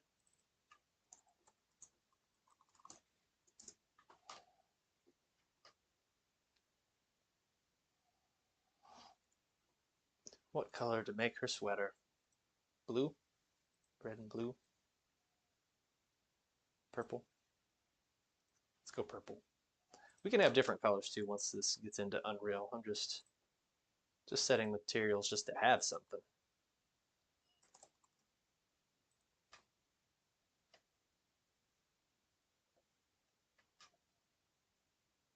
Go, and then her gloves, her hands, probably just going to be skin. Although they look like they're mittens.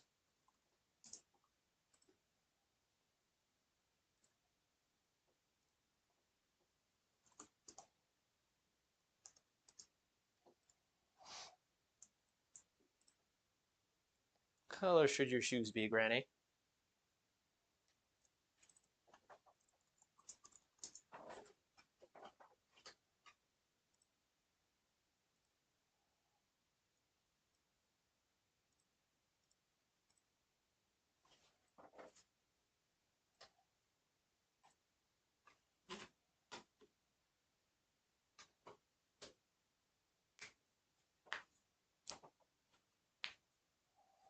That's Granny. Oh, that's a lot of vertices. That's even more vertices. Look at that. There's so many. So many vertices. Gonna have to do something about that. Let's join all these together.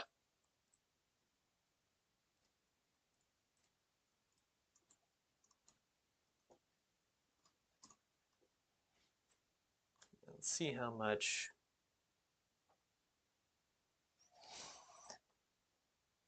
vertices this is taking up right here. Whoops, not face orientation. Statistics. Yeah. So this is 150,000 verts, 300,000 faces. Yeah, we could definitely make that better. It's probably too low, but maybe 1,500. Let's see how that does. 1,500 quads. Let it remesh. Oh yeah. Well, that doesn't look too bad.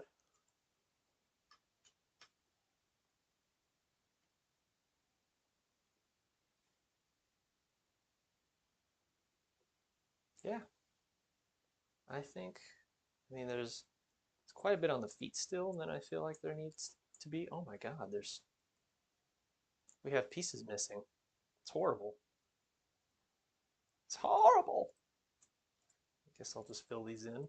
Hopefully there's no other crazy pieces like that missing. Fill in these faces.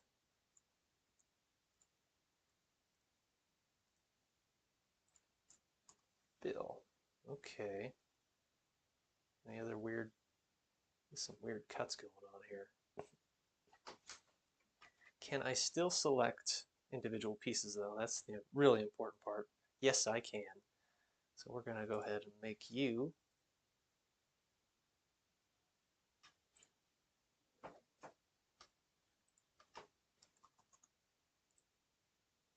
the sweater. And we're gonna go ahead and make you the skin.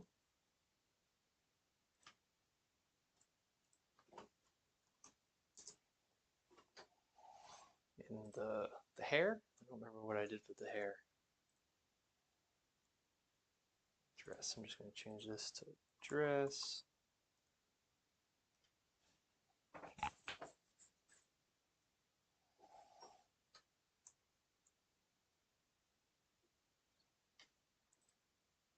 Oh, that's right, the hair. Oh, and the shoes. I don't think I made any one for the hair though. May hair. Give her gray hair. Perfect. Give shoes. Whoops. What happened?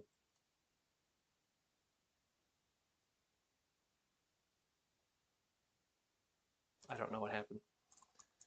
Shoes. This one goes hair. Hair. Yeah. Then we go ahead and choose Shoes? Choose the shoes. Sign the shoes. There we go. Okay. Granny's looking good. Topo. Granny.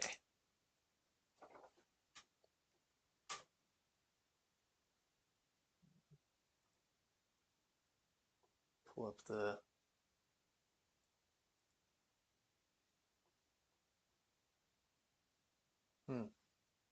So this is supposed to be the chef, but I have a feeling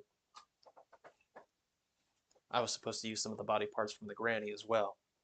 So let's go ahead and just work with what we have here, and then I'll go grab some of those body parts. So, okay, let's just join these together, I guess. Join. Join. Fine. You can join to the body. How about that? Okay. I'll join as one. Oh, before I actually join, I should make sure that there's no more duplicate parts as there were before, because then that's just unnecessary vertices that the engine is running. I don't see any duplicate parts, so we're good. Join that together. Name this one Chef. And again, we will remesh this, maybe less because we're not dealing with shoes and stuff now, so maybe 1,000. Let's try that.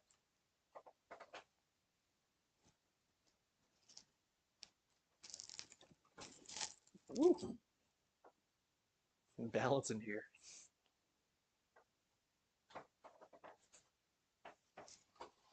Retopo Chef. That's good, that's good. So, let's get rid of all these materials. Yeah. Oh, I can't do that one, okay. Skin. Good skin. And then maybe a white. So the chef's hat is going to be white. The apron's going to be white. The back little part is going to be white. Why? What? What happened here? Why are these in so many different parts?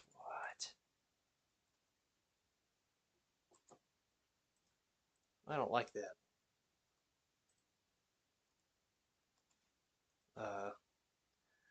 I'm going to undo a few things. Something happened before the retopologizing. Undo the retopologizing. Oh, go back here. See what's going on with this belt. My God, that is a thick belt.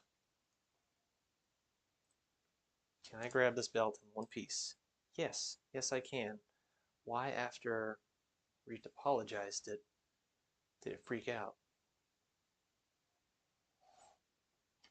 I don't know. Maybe I'll try decimating this one. Oops, not data transfer. Decimate. Decimate.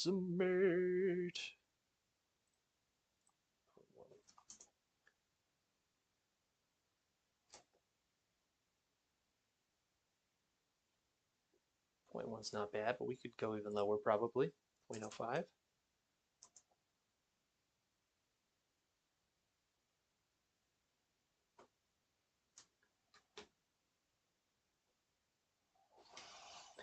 We can see how that looks. Let's try it.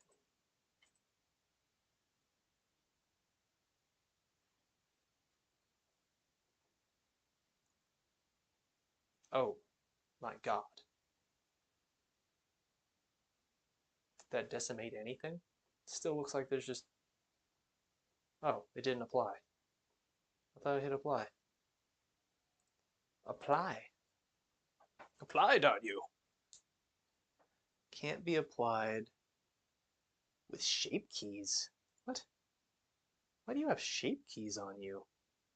I didn't make any shape keys. Get rid of all these. Get out of here. Can I just delete all shape keys?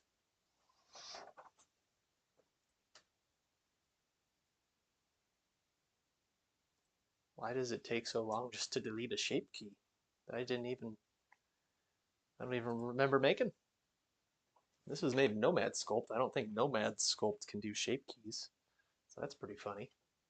By funny, I mean weird. Let's see if we can apply this decimate now. Cannot apply with shape keys. Can I get rid of the basis? Oh, I can get rid of the basis. Now you will apply. Eh? Eh? Yeah, there it goes. Oh, that is some ugly topology. That is some ugly topology. Oh, Jesus. Why is it so ugly? Let's undo this. I don't like how the decimate turned out. Not just because it's ugly, but because there's still a lot of vertices. Let's go 0.01, maybe? Oh, that's too much. That's too much. There is a limit to how far you can decimate things, and I have just hit it.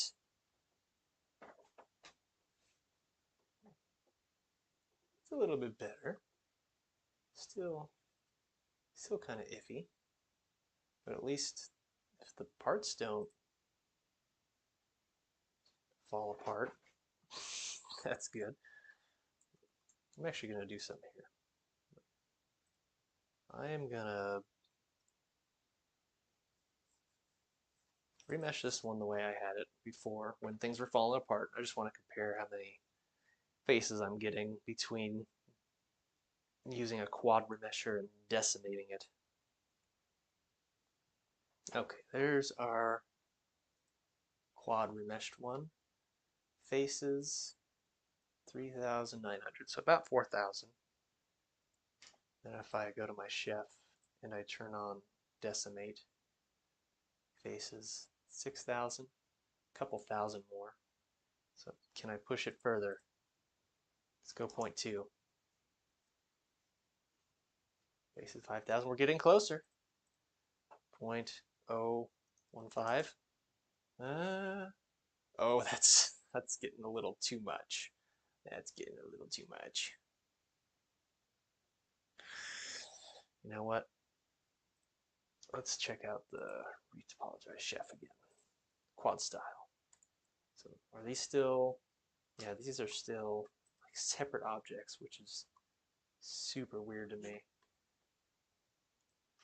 I mean, maybe they were there before. I don't know. I'm just gonna get rid of them. That's what I'm gonna do. Oh, geez, I can't get rid of that one.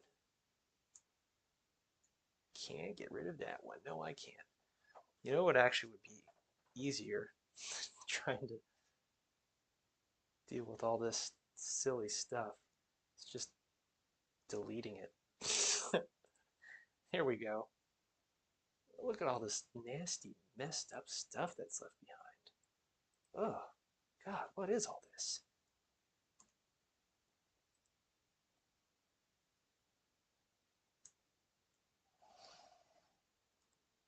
So many extra vertices everywhere.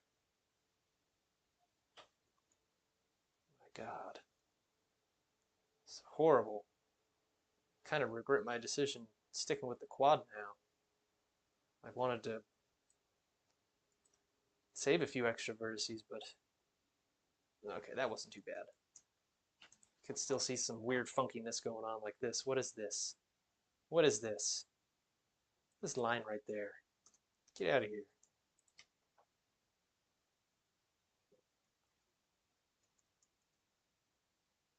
Okay. Don't think I've seen any other funkiness going on. So let's go ahead and make our own now. I'm just gonna make my own back tie because that was a big mess.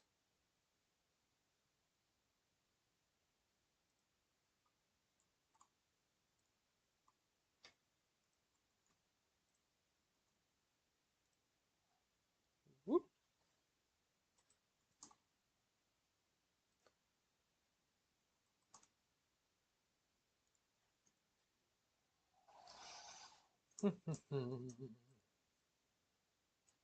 rid of this back half right there.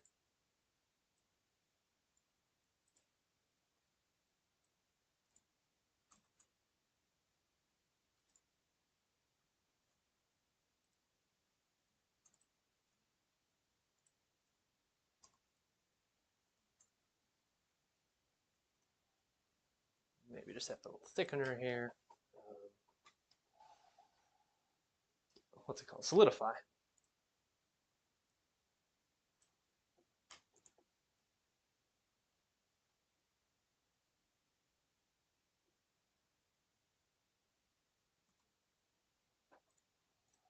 Symmetrize this.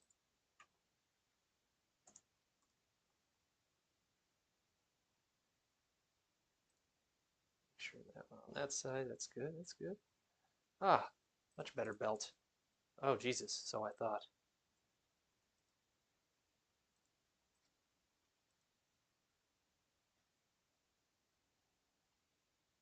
It's not perfect, but this guy's gonna be seen from so far away. It's not gonna matter.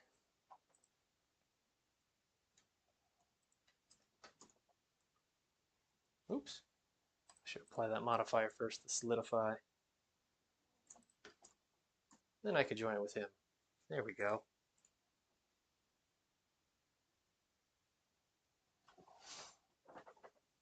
So retopologize chef. It's looking much better.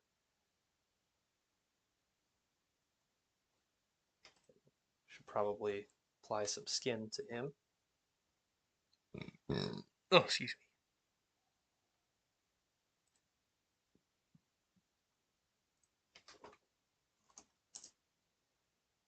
Skin, let's name this one, name it white. Go ahead and choose the things that need to be white, such as his apron.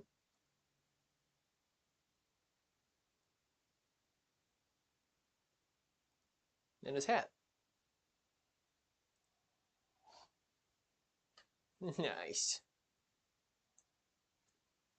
This pink color is a little too pink for me. I feel like it should be a little bit more white.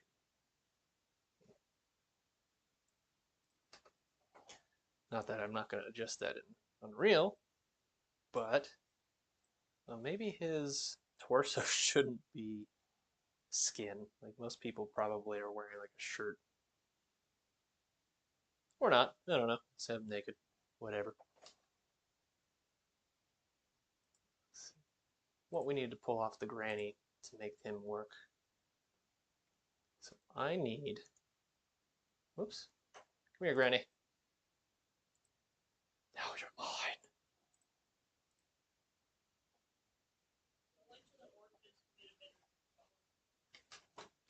I'm gonna reassign all the colors in Unreal anyway, so we'll wait till we get to Unreal.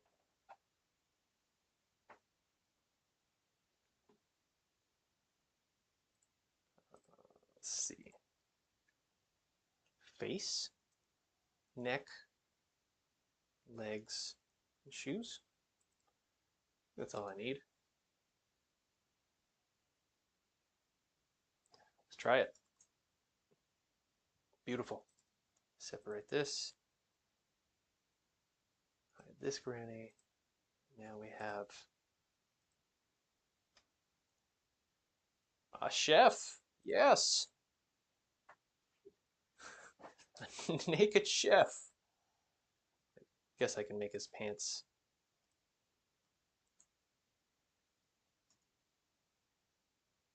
He needs gloves though too. I need to grab those from Granny. Grab those real quick. Gloves. Duplicate. Separate. Hide the Granny. We have our naked chef guy. Let me make him not so naked.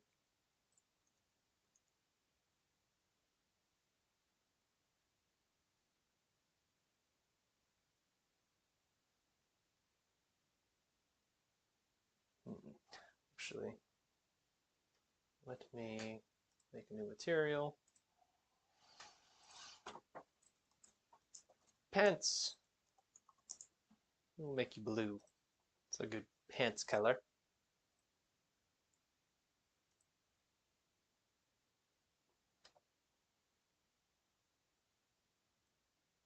Maybe you should be wearing a shirt too.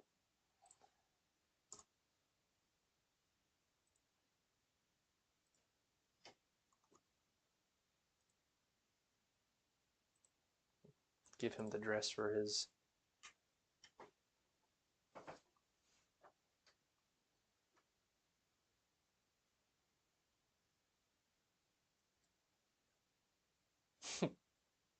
There's our chef. There's our boy. Okay. Now I needed to join these two bits. Ship up there, and here we go. Year one model. Hooray! Now I can make the armature. Oh, goody. Get some movement going on here. Show these bones up in front.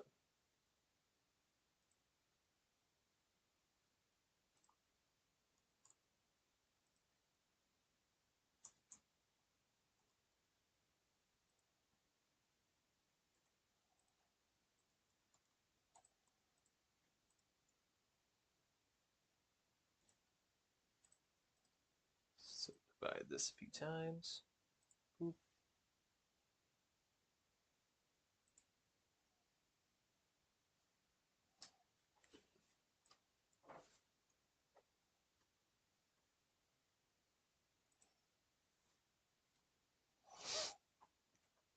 All right.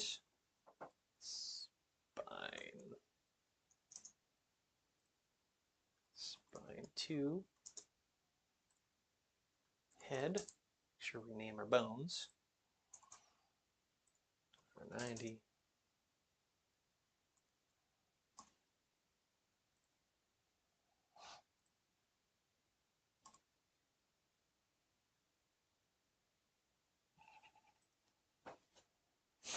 Can't wait to see the pumpkins nibble his leg down to toothpicks. That'll be great, Grumble. That'll be great. So I'm imagining now them actually like eating their legs, but the chefs are like still going. They're just like torsos running around trying to drastically kill those pumpkins.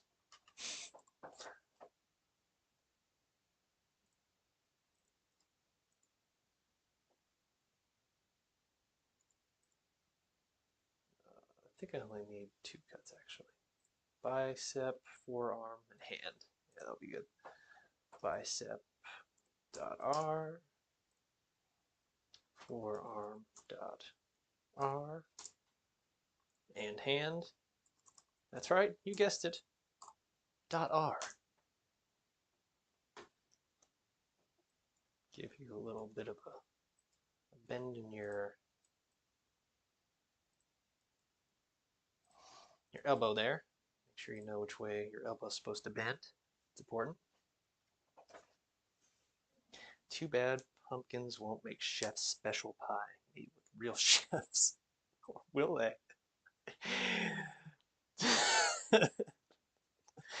That is a dark idea, Grumble, and I love it. Maybe we should be eating the humans. This could this could turn Pumpkin Wars around. Yeah, maybe there's a special furnace. The pumpkins bring the humans too. So dark. I love it though. I'm seriously going to consider this idea of cooking the humans, turning them into chef pie. Oh, it's great.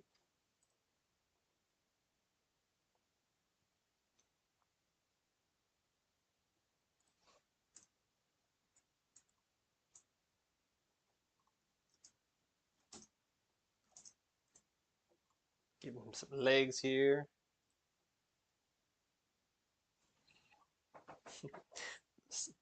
The chef's special pie can be currency or something. Yes. So I'm thinking maybe like I was thinking maybe it could be like an upgrade. Like maybe if you get a chef's special pie, you can like feed it to one of your pumpkins, it'll boost them up or something. Or maybe you feed the King Pumpkin. Maybe that's the only way to heal King Pumpkin when he gets damaged, is you gotta feed him some chef's special pie. That's an idea. Looks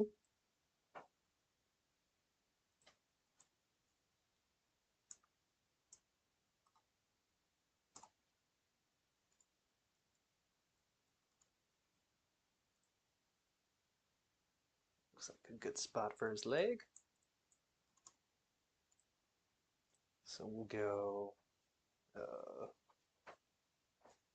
geez, what do I call this leg? A thigh? Yeah, that's a thigh. Thigh.r. Dark and spooky. It is dark and spooky. Very fitting for the season.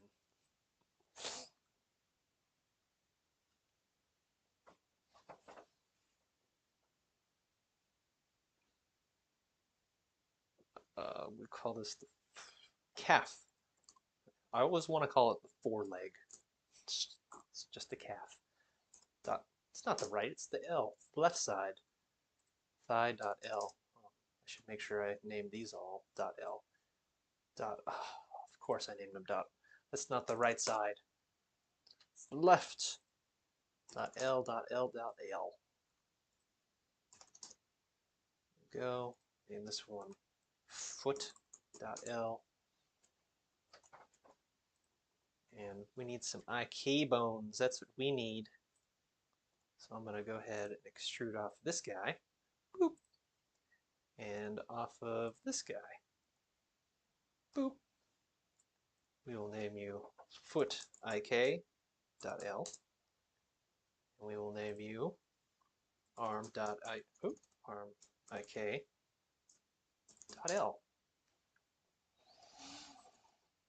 And then we need to do a few things to these bones, such as disconnect them. Clear parent. They don't need a parent, but they do need to be looking like their parent by being situated right on top of the other bones. And then we need to turn off bone deform. We do not want the IK bones to deform. No, we don't. All right, now add an IK without targets. Oh, something else I always forget to do. Not always. Root. You gotta name your armature root within Blender if you want Unreal to be happy with your armatures. Okay, so we're getting IK on the arm. Root. And let's make the bone target the IK. Arm IK.L. See how this works. Oh, forgot to turn on chain length. 1, 2. Yes, we have moving capable arm movement now. Let's do the same thing for the leg. Let's go without targets. Root, bone. We are going to go ahead and do our foot IK this time. Now if we move this, yeah, we got some stuff going on. Of course it's off balance because he doesn't have his other side of him. That is easily fixable with a simple symmetry clone.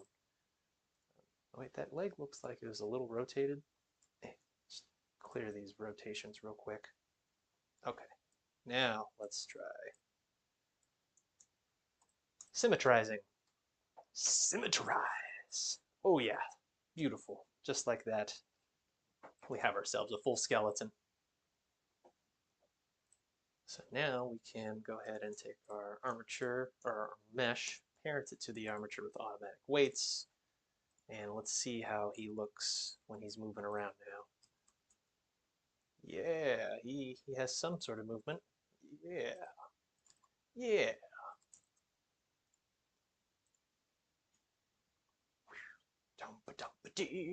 Oh, that's not good.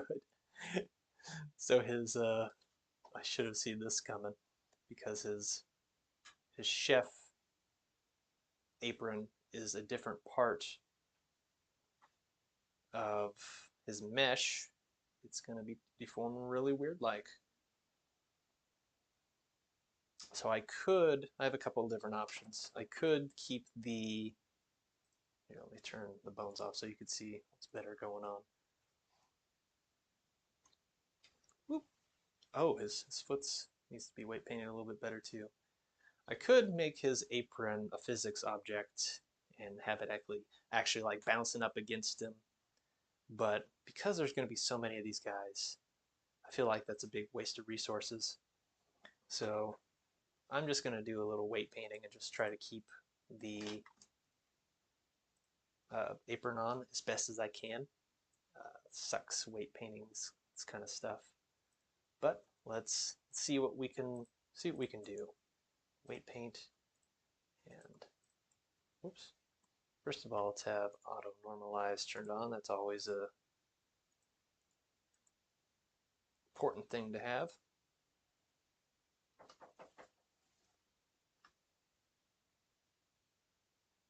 Oh, actually, what I can do is I could just move his arm out of the way right here. Whoop. So when I do my weight painting,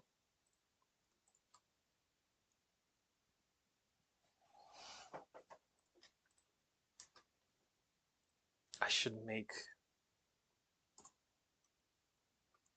everything but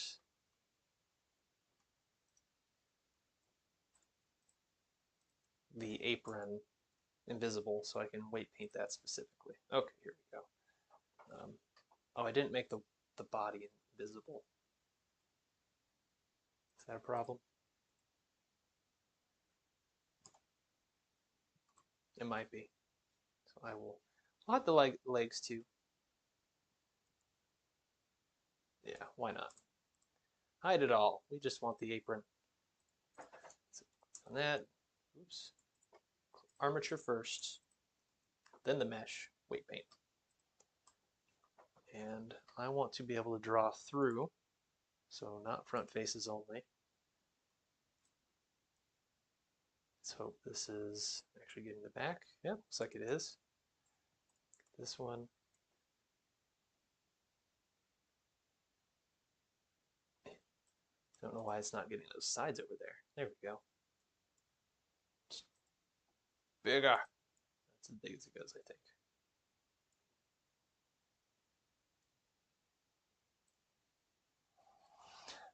All right, let's check out how the movements work now.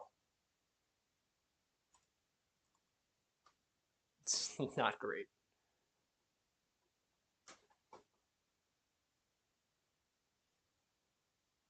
So the apron probably shouldn't be following that bottom bone, maybe. Maybe it just follows the top bone.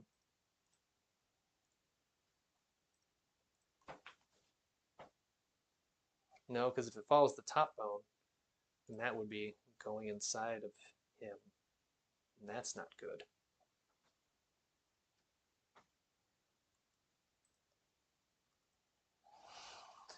What do I do with you, Mr. Bone? I mean, as long as he can make little movements, it's okay. I just don't like that, how that deforms the apron so much.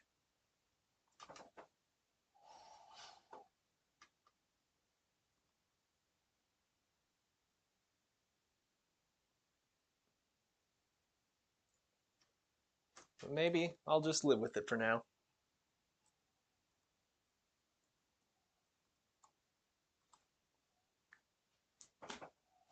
So, okay, I guess I'll just start making some animations. Um,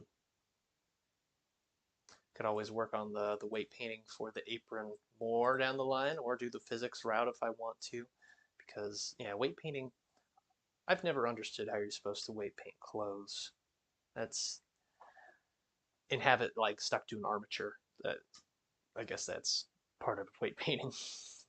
It's just, I've always had issues with geometry finding its way, poking its hole through all sorts of fun locations with arm bends and anytime where there's a bend, really. Just get that geometry poking through, which is annoying.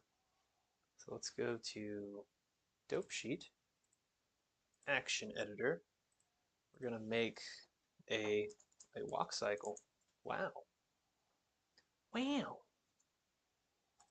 So let's go ahead and just set a keyframe for everything right here. How long should the walk cycle be? 40 maybe? And we'll turn on auto keying. Go ahead and slide this guy. Oh, that doesn't work at all. This ain't gonna work. Can I just move you down a little bit, then will you slide without getting angry?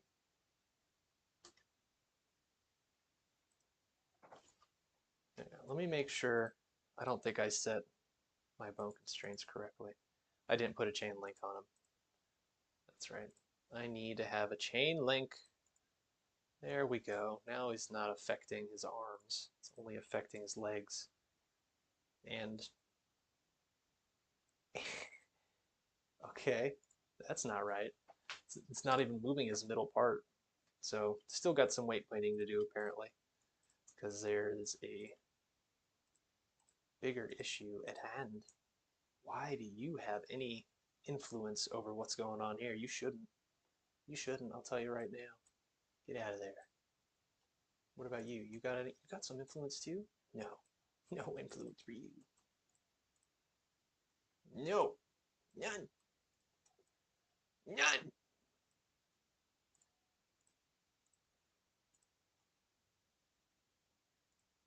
You guys probably have some influence. No? Well, that's impressive. That's good. Good. That's how it should be. Okay, so now I realize I need to fix that foot problem too, where the foot's stretching. It's not fun. It's not good.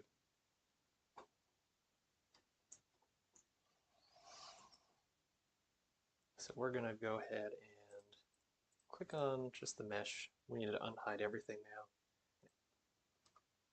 now. Actually, I'm just gonna hide that apron because I don't want that apron to get in the way. Let's go weight paint. Now we've got ourselves some foot action here. Let's turn up that weight all the way. We want that foot.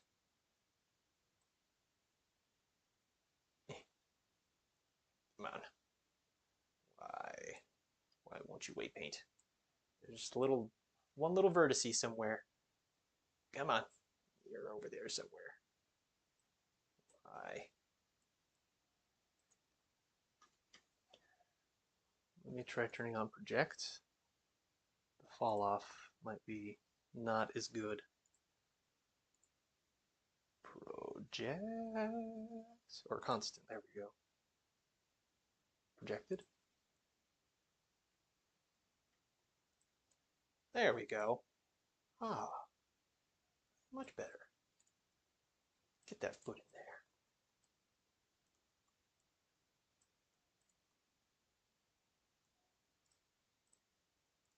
there. Okay, all right. Looking better, looking better. Okay, let's see if we could actually. Oh, I had auto key on this entire time. Hopefully that doesn't affect anything.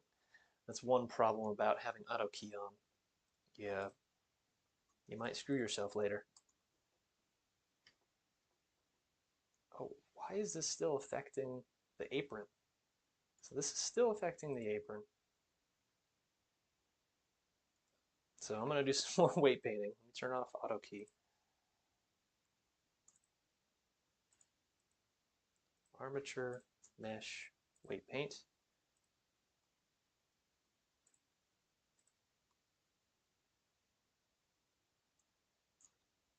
Where is his apron go? Oh, that's right. I hit it, so I couldn't see it.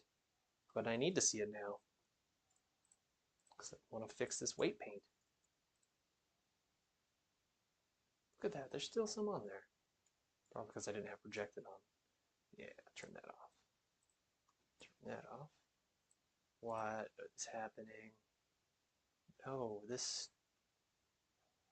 You fools.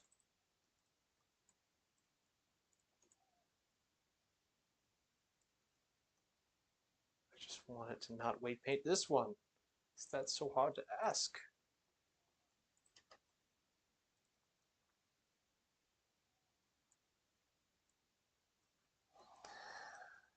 here we go again. Let's go and select the apron. Let's select the inverse of that. Let's hide all. And then we're going to go ahead and try weight painting with just this on. Oh, wait, 0. I need to turn that up.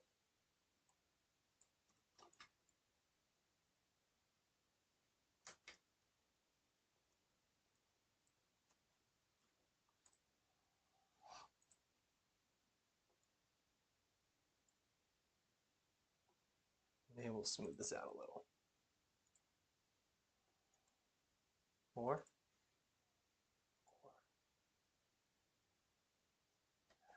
All right.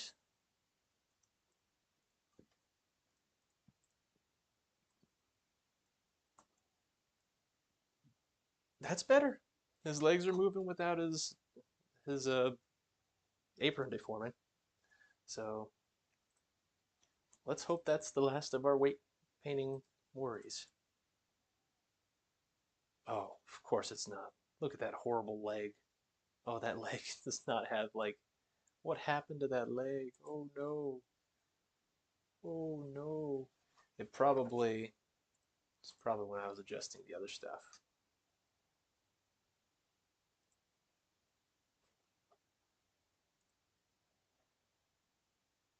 Yeah, this leg's totally affecting that leg. That's not right. So, of course, again, more weight painting.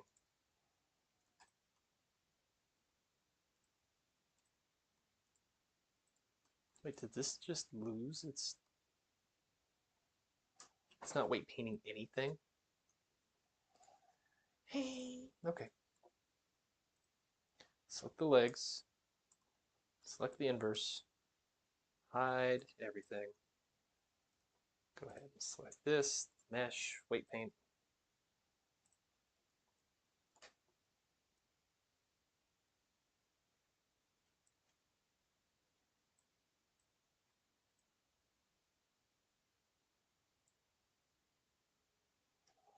Maybe smooth that out a bit.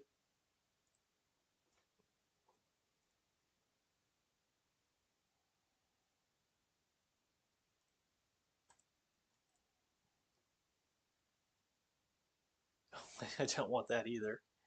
Don't want the back leg to like. Okay, so I guess I want his spine.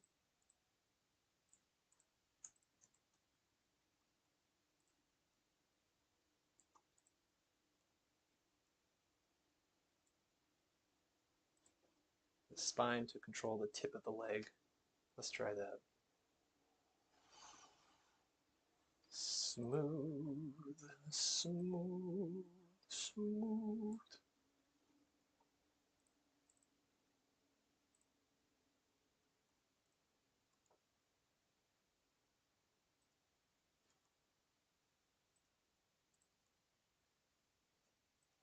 Okay. Keep on saying okay. Keep on finding more problems. Let's do some animations. Cycles, walking cycles.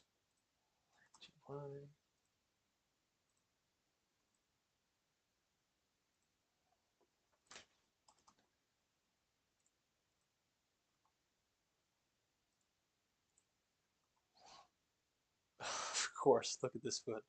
It's affecting some other stuff that it shouldn't be affecting. But that's okay for now. I've put off animating these feet for far too long.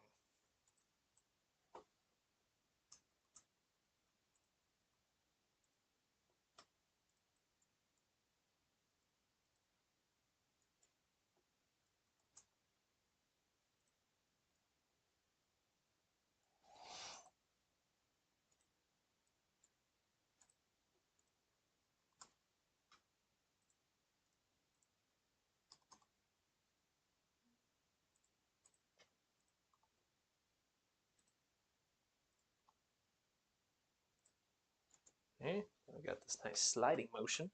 That's pretty sweet.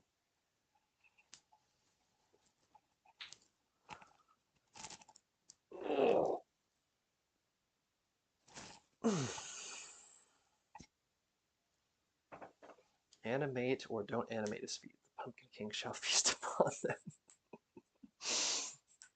Just the feet? The Pumpkin King has a special fetish for human feet. Not in the way you're thinking. He likes to eat them.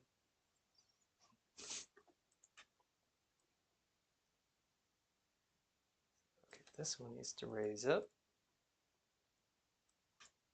Whoop. And this time, this one needs to raise up, I think. Of course, that apron's in the way. That's okay.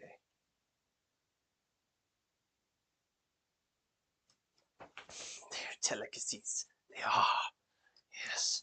Sweet human feets.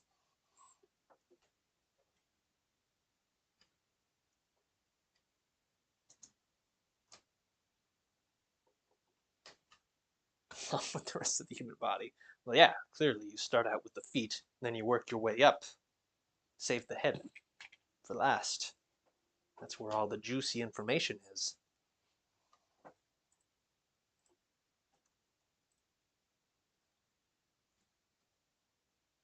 It's a pretty weird way to walk with his hands like that, so let's put his hands down.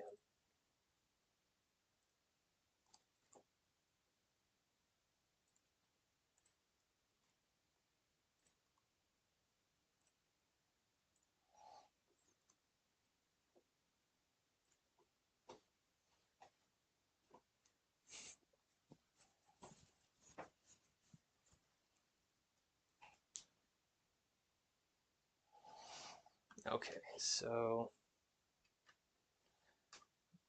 yeah, drink of water, that's what I need. Give my brain a second.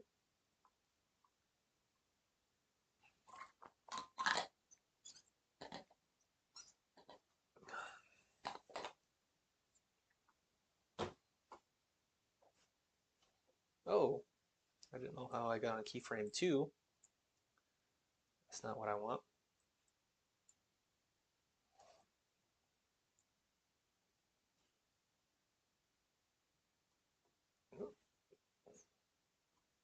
Let's see if I can move keyframe 2 directly over keyframe 1. Will it work? No. No, it didn't. That's okay. Just move these back down. Da-da-da. Da-da-da. Rotate you.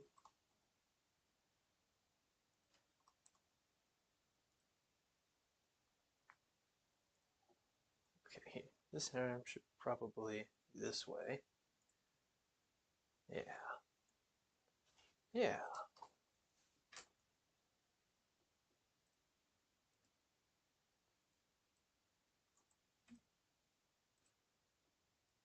Got some extra keyframes I need to clean up here.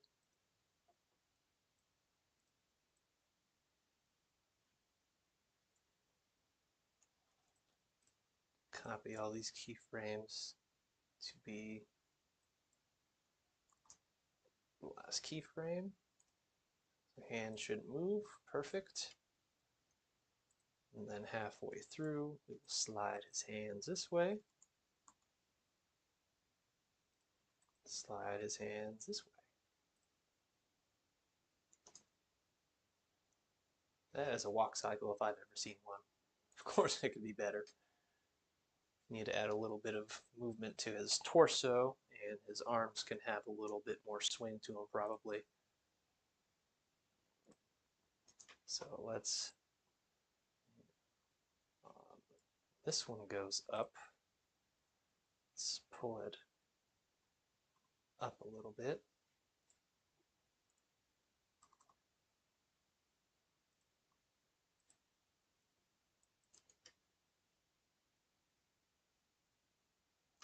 Then maybe on the way back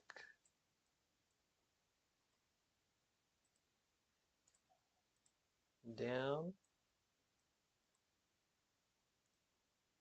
get more close to his body. I don't know.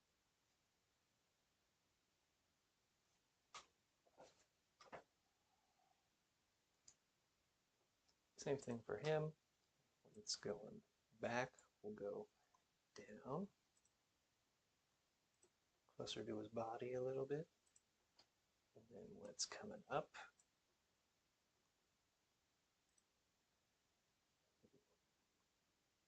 Raise it up a little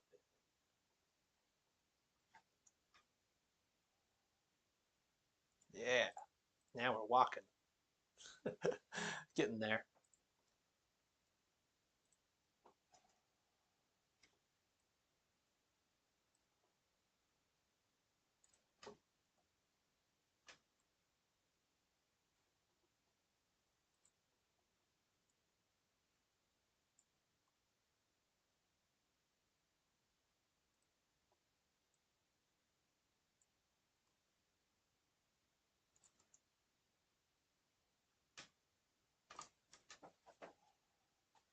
That's not bad.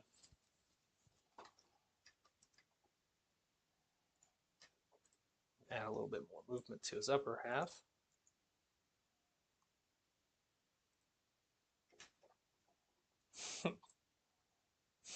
He's mobile. Quickly, King Pumpkin. Send out your troops. You know. You know what this guy's gonna do. You know Grumble Beads. He's up to no good. That's what he's up to.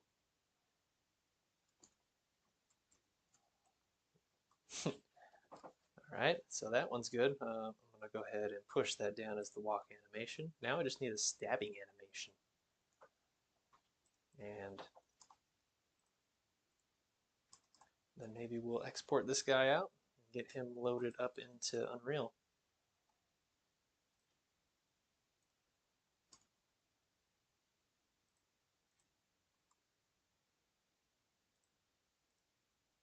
Might fix a couple of those weight painting issues I saw too.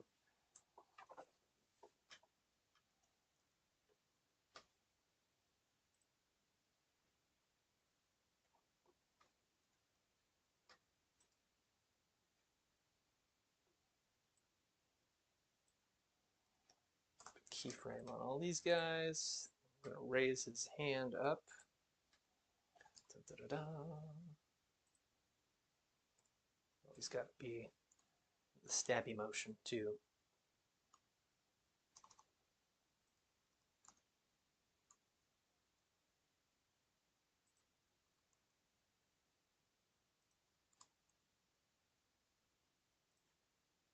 Is that kind of a stabby motion?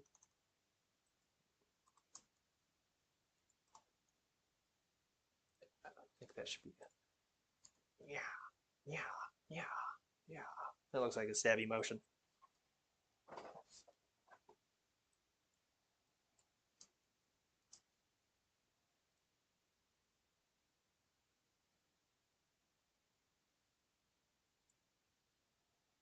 A little anticipation here.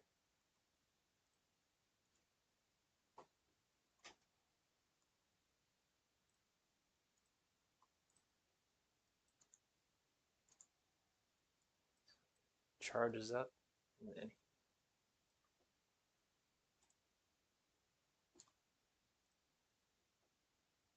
stabs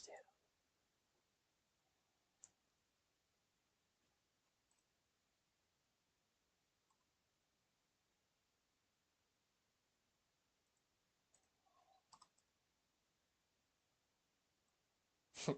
Glove's kind of funky.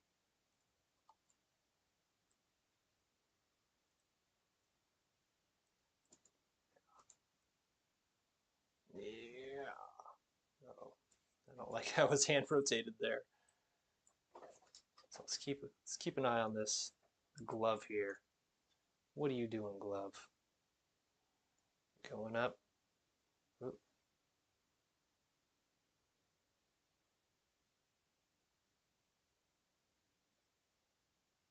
Why are you rotating that way?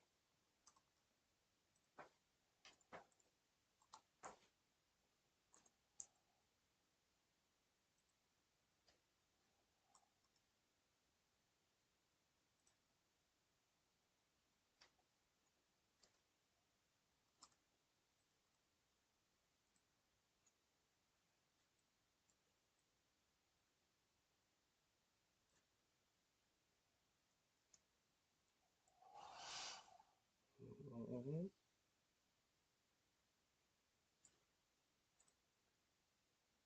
Should be fully extended arm.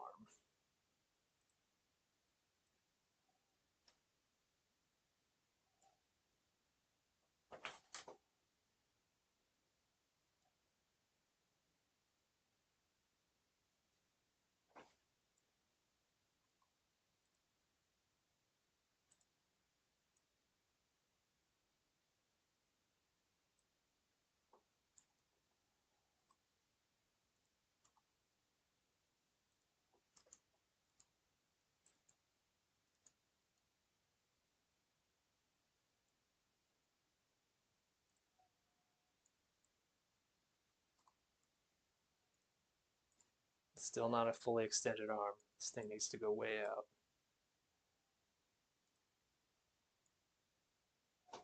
Yeah, stab. Yeah, stab.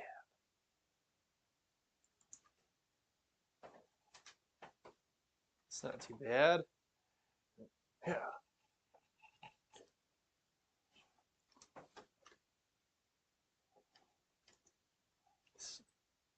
Focusing on just his arm right here.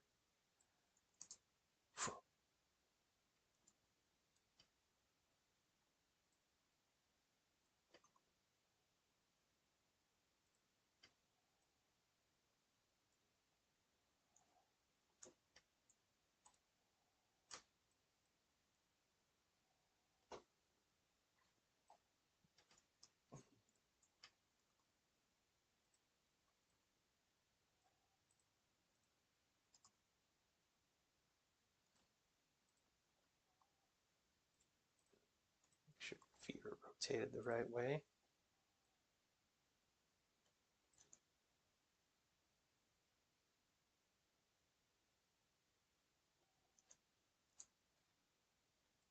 Maybe he can just lean his head down a little bit.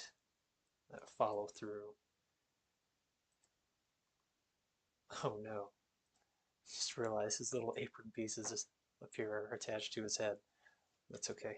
More weight painting issues to fix. Yeah.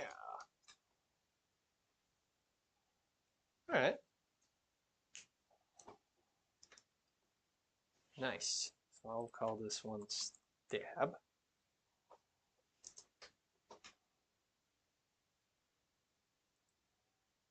Perfect. So we should probably fix a couple of those weight painting issues we saw, such as, oh, that's right. To make sure we can see everything, then I need to select just the apron pieces right there, select the inverse, hide everything, and go ahead and weight paint those guys. So this is the one that's affecting it, not the head. Projected, turn that back on. There we go. And there was something funky going on with his leg too, I remember. Or his feet. Let's see if his walk cycle shows me. Oh, the back of his knee right here. It's kind of funny looking.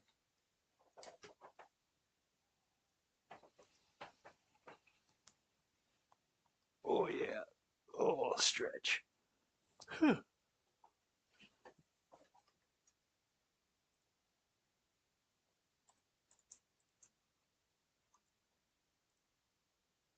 That's right. I need to make sure I could actually see everything. Let's go here. Let's unhide everything. Then maybe we just need the leg. So again, select everything, hide everything. Select you, do the mesh, armature, mesh, weight paint.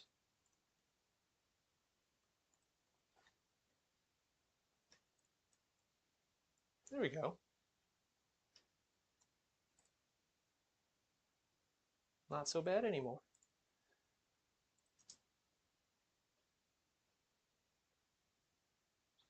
The arm doesn't actually look that good. I don't like how it does that kind of snappy thing. So maybe I'll edit that walk motion a little bit. Not the stab. The walk motion.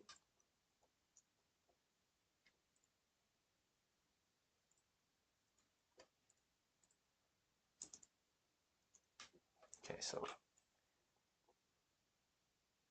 I don't like how his arm snaps like that. Looking at this one right here. His right arm.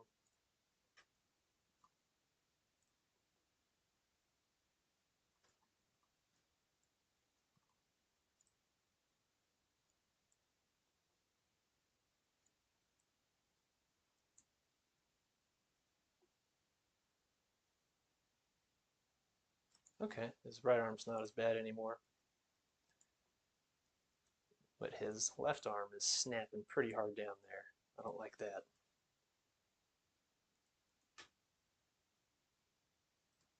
There, that's better.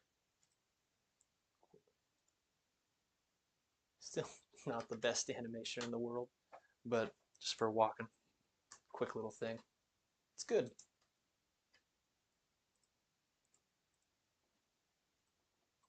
Okay, that's probably not gonna. He's probably not gonna be the right size. But let's go ahead and give him an export. I think we're ready to export. Make sure I check both of these animations. Go ahead and export GBL, GLB.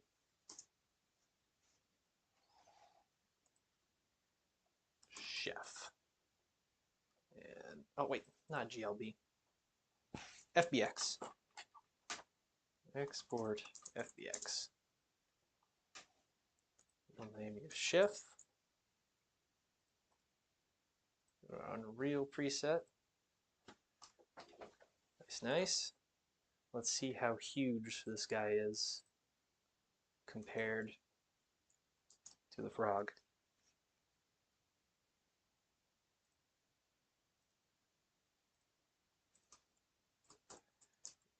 Enemies.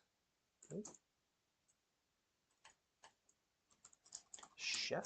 Give him his own folder. Import. Chef. We don't want the animations just yet.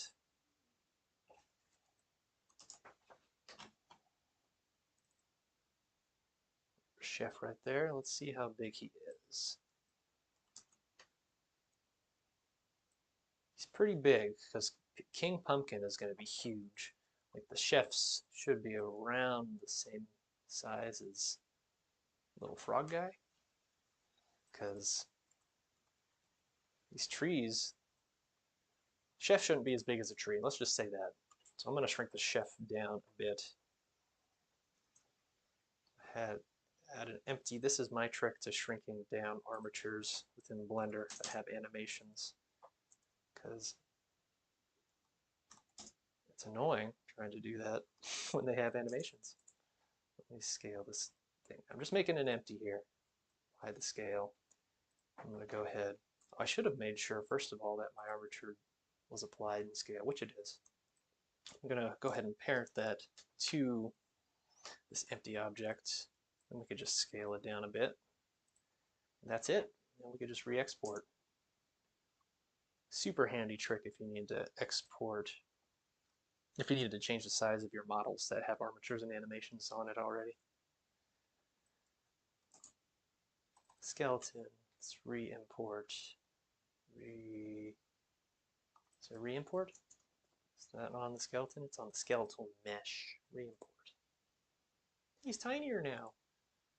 Okay, so now if we go over to this chef model here and we change it from Froggy to Chef, let's see. Let's see how big he is.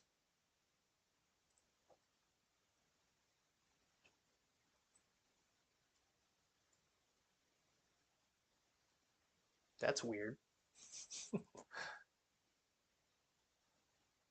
So we have a black chef now. Here's the skeletal asset I dragged in directly. He's just the pinkish kind of tone that I set him to. But then, ooh, Whomping Willow Trees. That's a good one. That'd be a fun defensive thing to put up. But whatever, we'll check this floating chef guy. There he is. Oh, yeah, that's right. I'm going to block you with my pumpkin. That's right.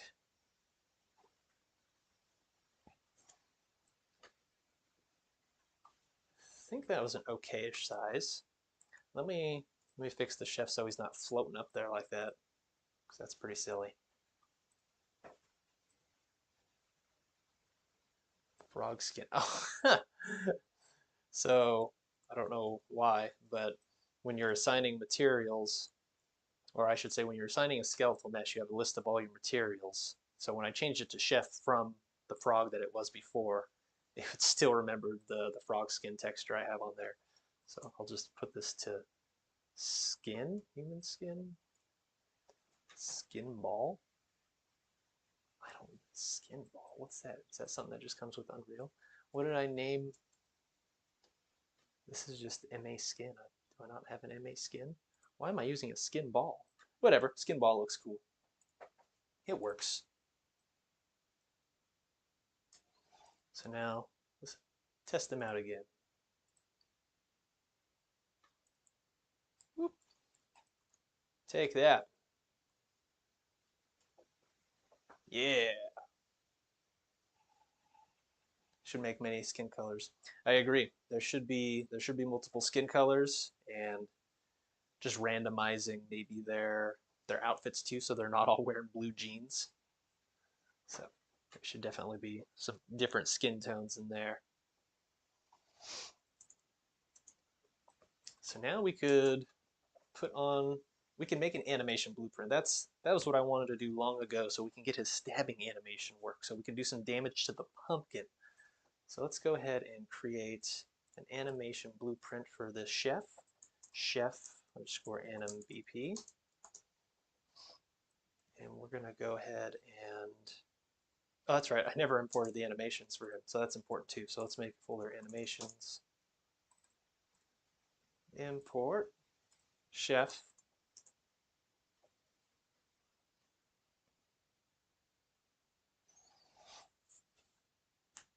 skeleton.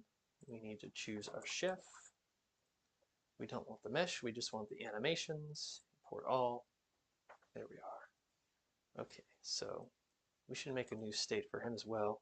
State machine. And I don't even know if we're going to need to cache this, so I'm just going to plug it directly into there for now. Let's name this one main machine. Entry, we're going to want him to always be walking or stabbing. There's no real idle for the enemies. They don't idle around. They're just always walking or stabbing. The guy's got some problems. So we go to stab. We want this walking to be able to go to stab, and we want to go from stabbing to walking. So now we need to go ahead and grab our state machine list that we made. Cast to BP chef.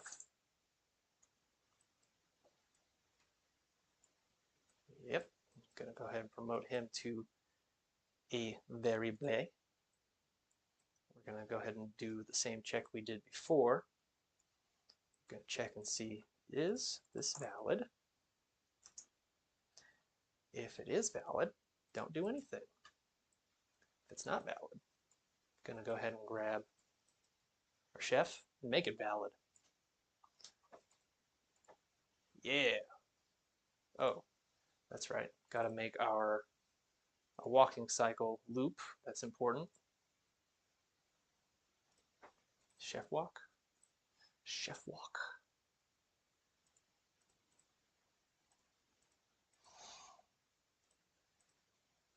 Loop animation. There we go.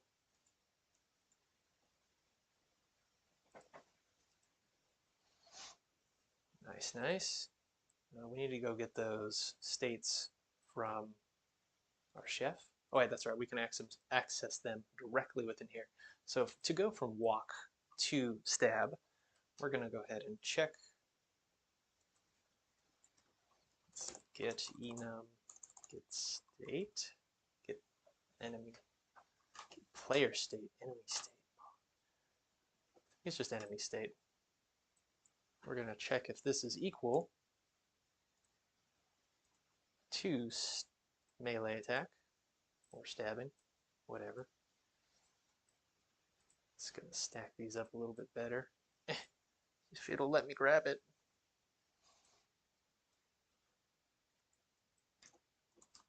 Compile that, make sure that's okay. Yep. When we go from stabbing to walking, we're going to make sure we're on walking. Nice, nice. Cool. So then now we should check our stabbing animation. Yeah. I need to get him a butcher knife too. His hand still's kind of like curved a little bit, but I might redo these animations. We'll see.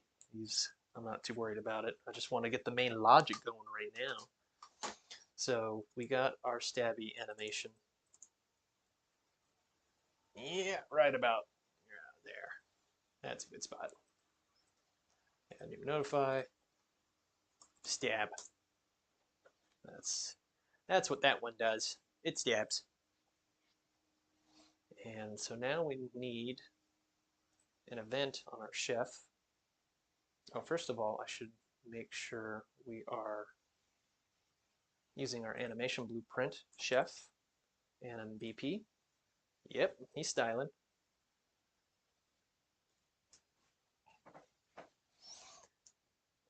Then we should make an animation or an event for the stabbing. Any damage. So this is when he gets damage. Got damaged. Damaged. Bubble.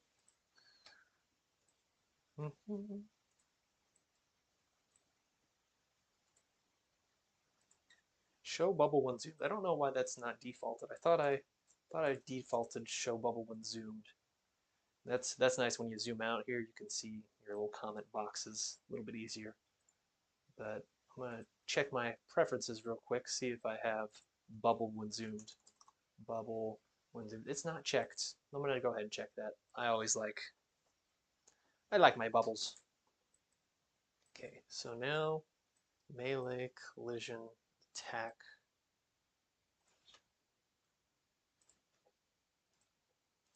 Attack on. After key, okay. We're on melee attack, okay. It's all good stuff.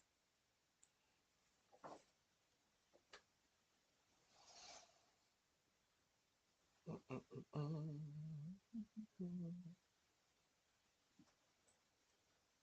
should make a function for this one. And this one's just going to be setting the state. So we'll go convert to function, set state.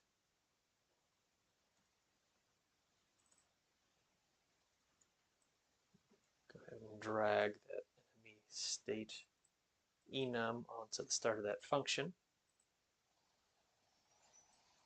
So now instead of doing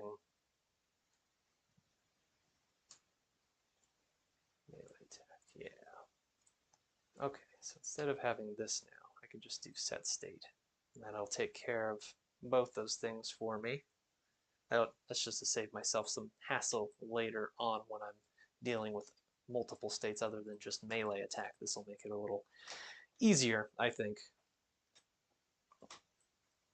Okay, so when the melee attack is on, you set which actor you want. Text object parameter.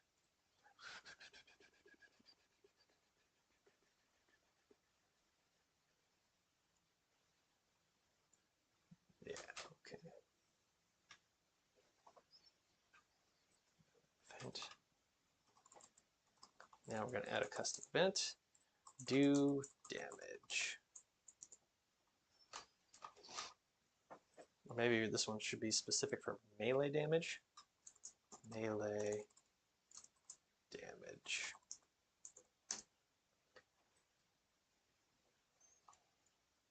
So we're going to go ahead and apply damage.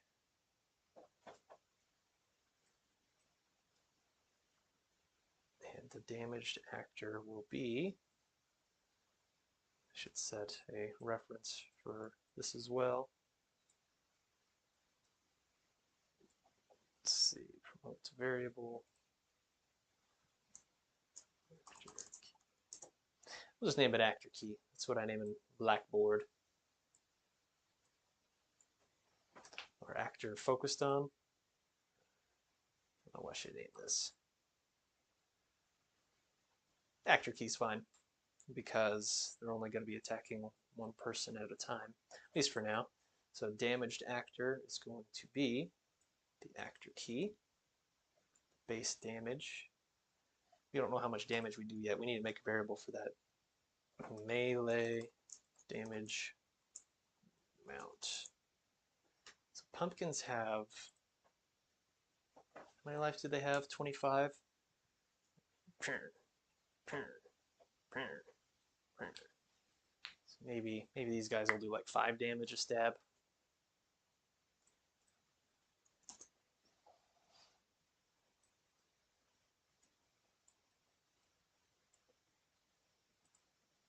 Okay, then we gotta go to the pumpkins. We gotta receive some damage. It's not receive damage, but I'm gonna type in any damage. I always want to call it receive damage. Any damage, we're gonna go ahead and take our health. We're gonna set our health to be health minus the damage.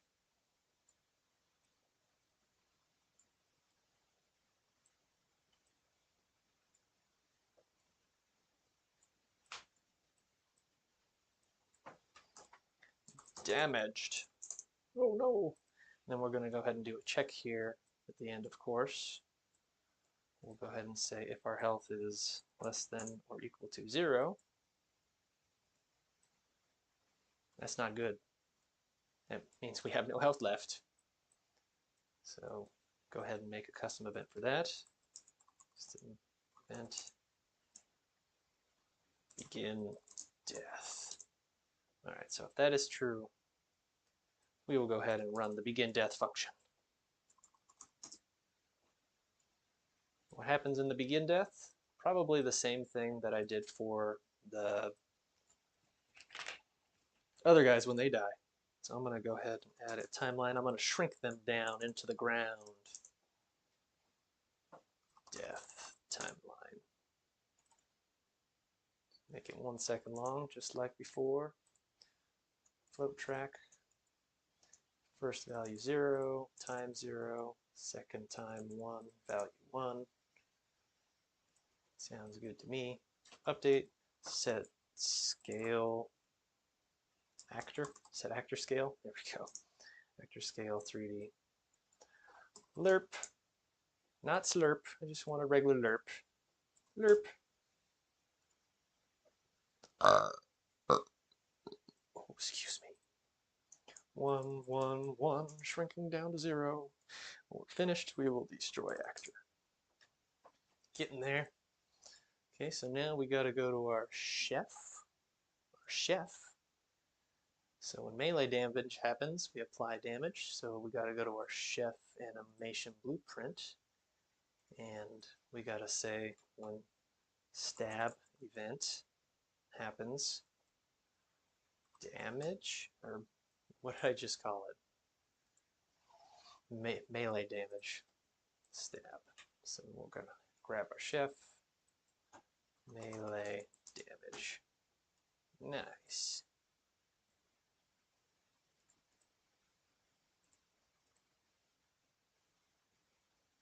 Looking good, looking good.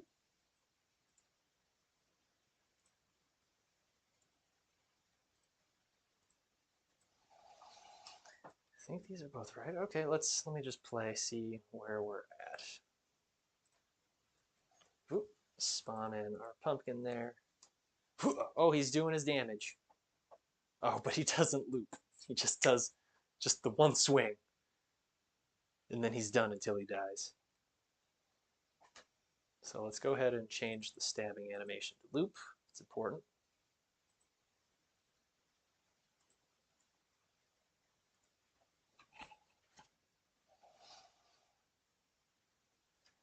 And then we should do a check with the pumpkin as well. The pumpkin. Let's go ahead and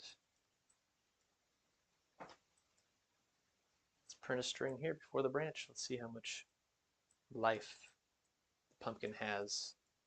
Make sure we're actually getting hit. Print string.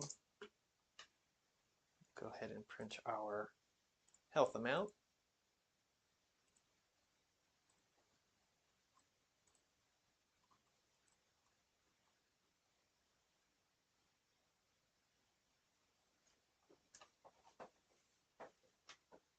Looked like it was his health was going down.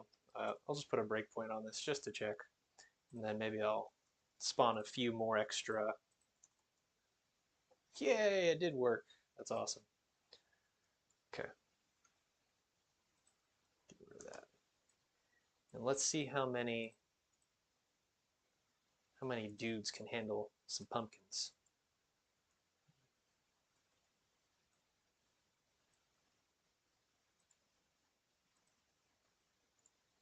Oh, it's getting spooky with all these chefs now. Oh, don't kill my pumpkins. Don't kill my pumpkins. I should make them rotate as well. Okay, they're just stabbing. They're not actually like doing anything to the pumpkins now. But I saw them doing damage before. So I guess let me just start out with one guy again, see what's happening with that. I guess my pumpkin killed him though. Put two guys, how about that? Hurt. Can one pumpkin take on two guys? Oh no, they cut my pumpkin. And they keep on stabbing. Well, that's good to know. The pumpkin death works, and their death works. I just got to make it so they continue walking when they kill the pumpkin. They should do a check. Oh, I think had the pumpkins do that actually too. They did a check. Um, I don't know if I like the ball on this guy either. Maybe I'll make the ball go inside him and make it a big radius.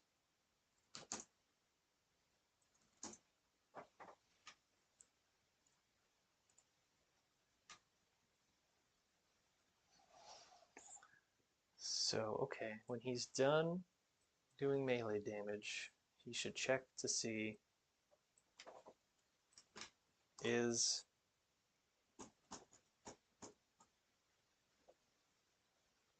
brain falling asleep is overlapping. Is overlapping actor. Okay. And we'll see if we are overlapping the actor. That's great.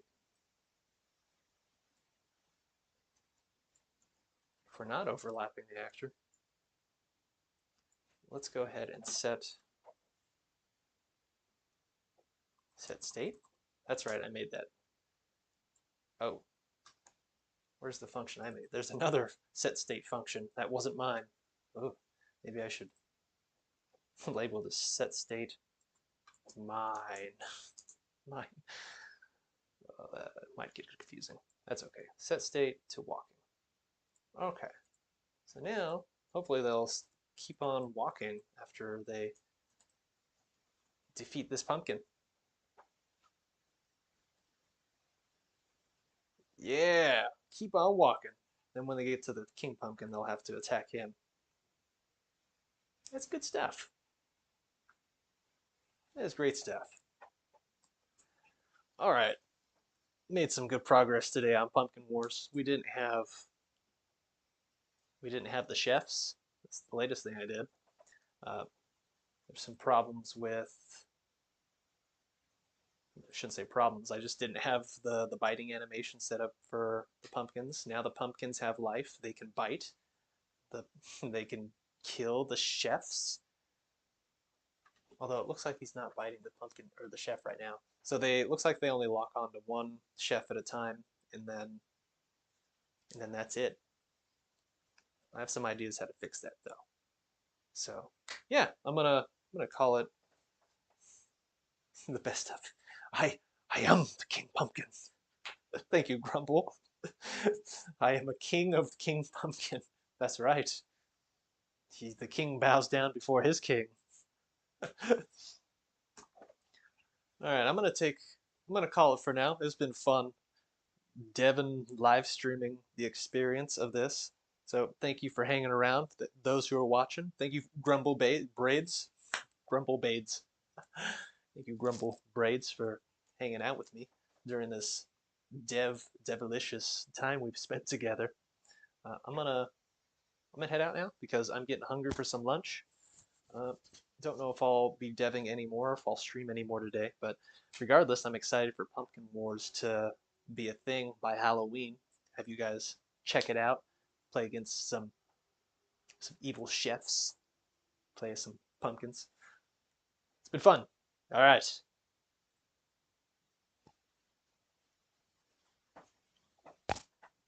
Thank you, Grumble. I'm out of here. Hope you have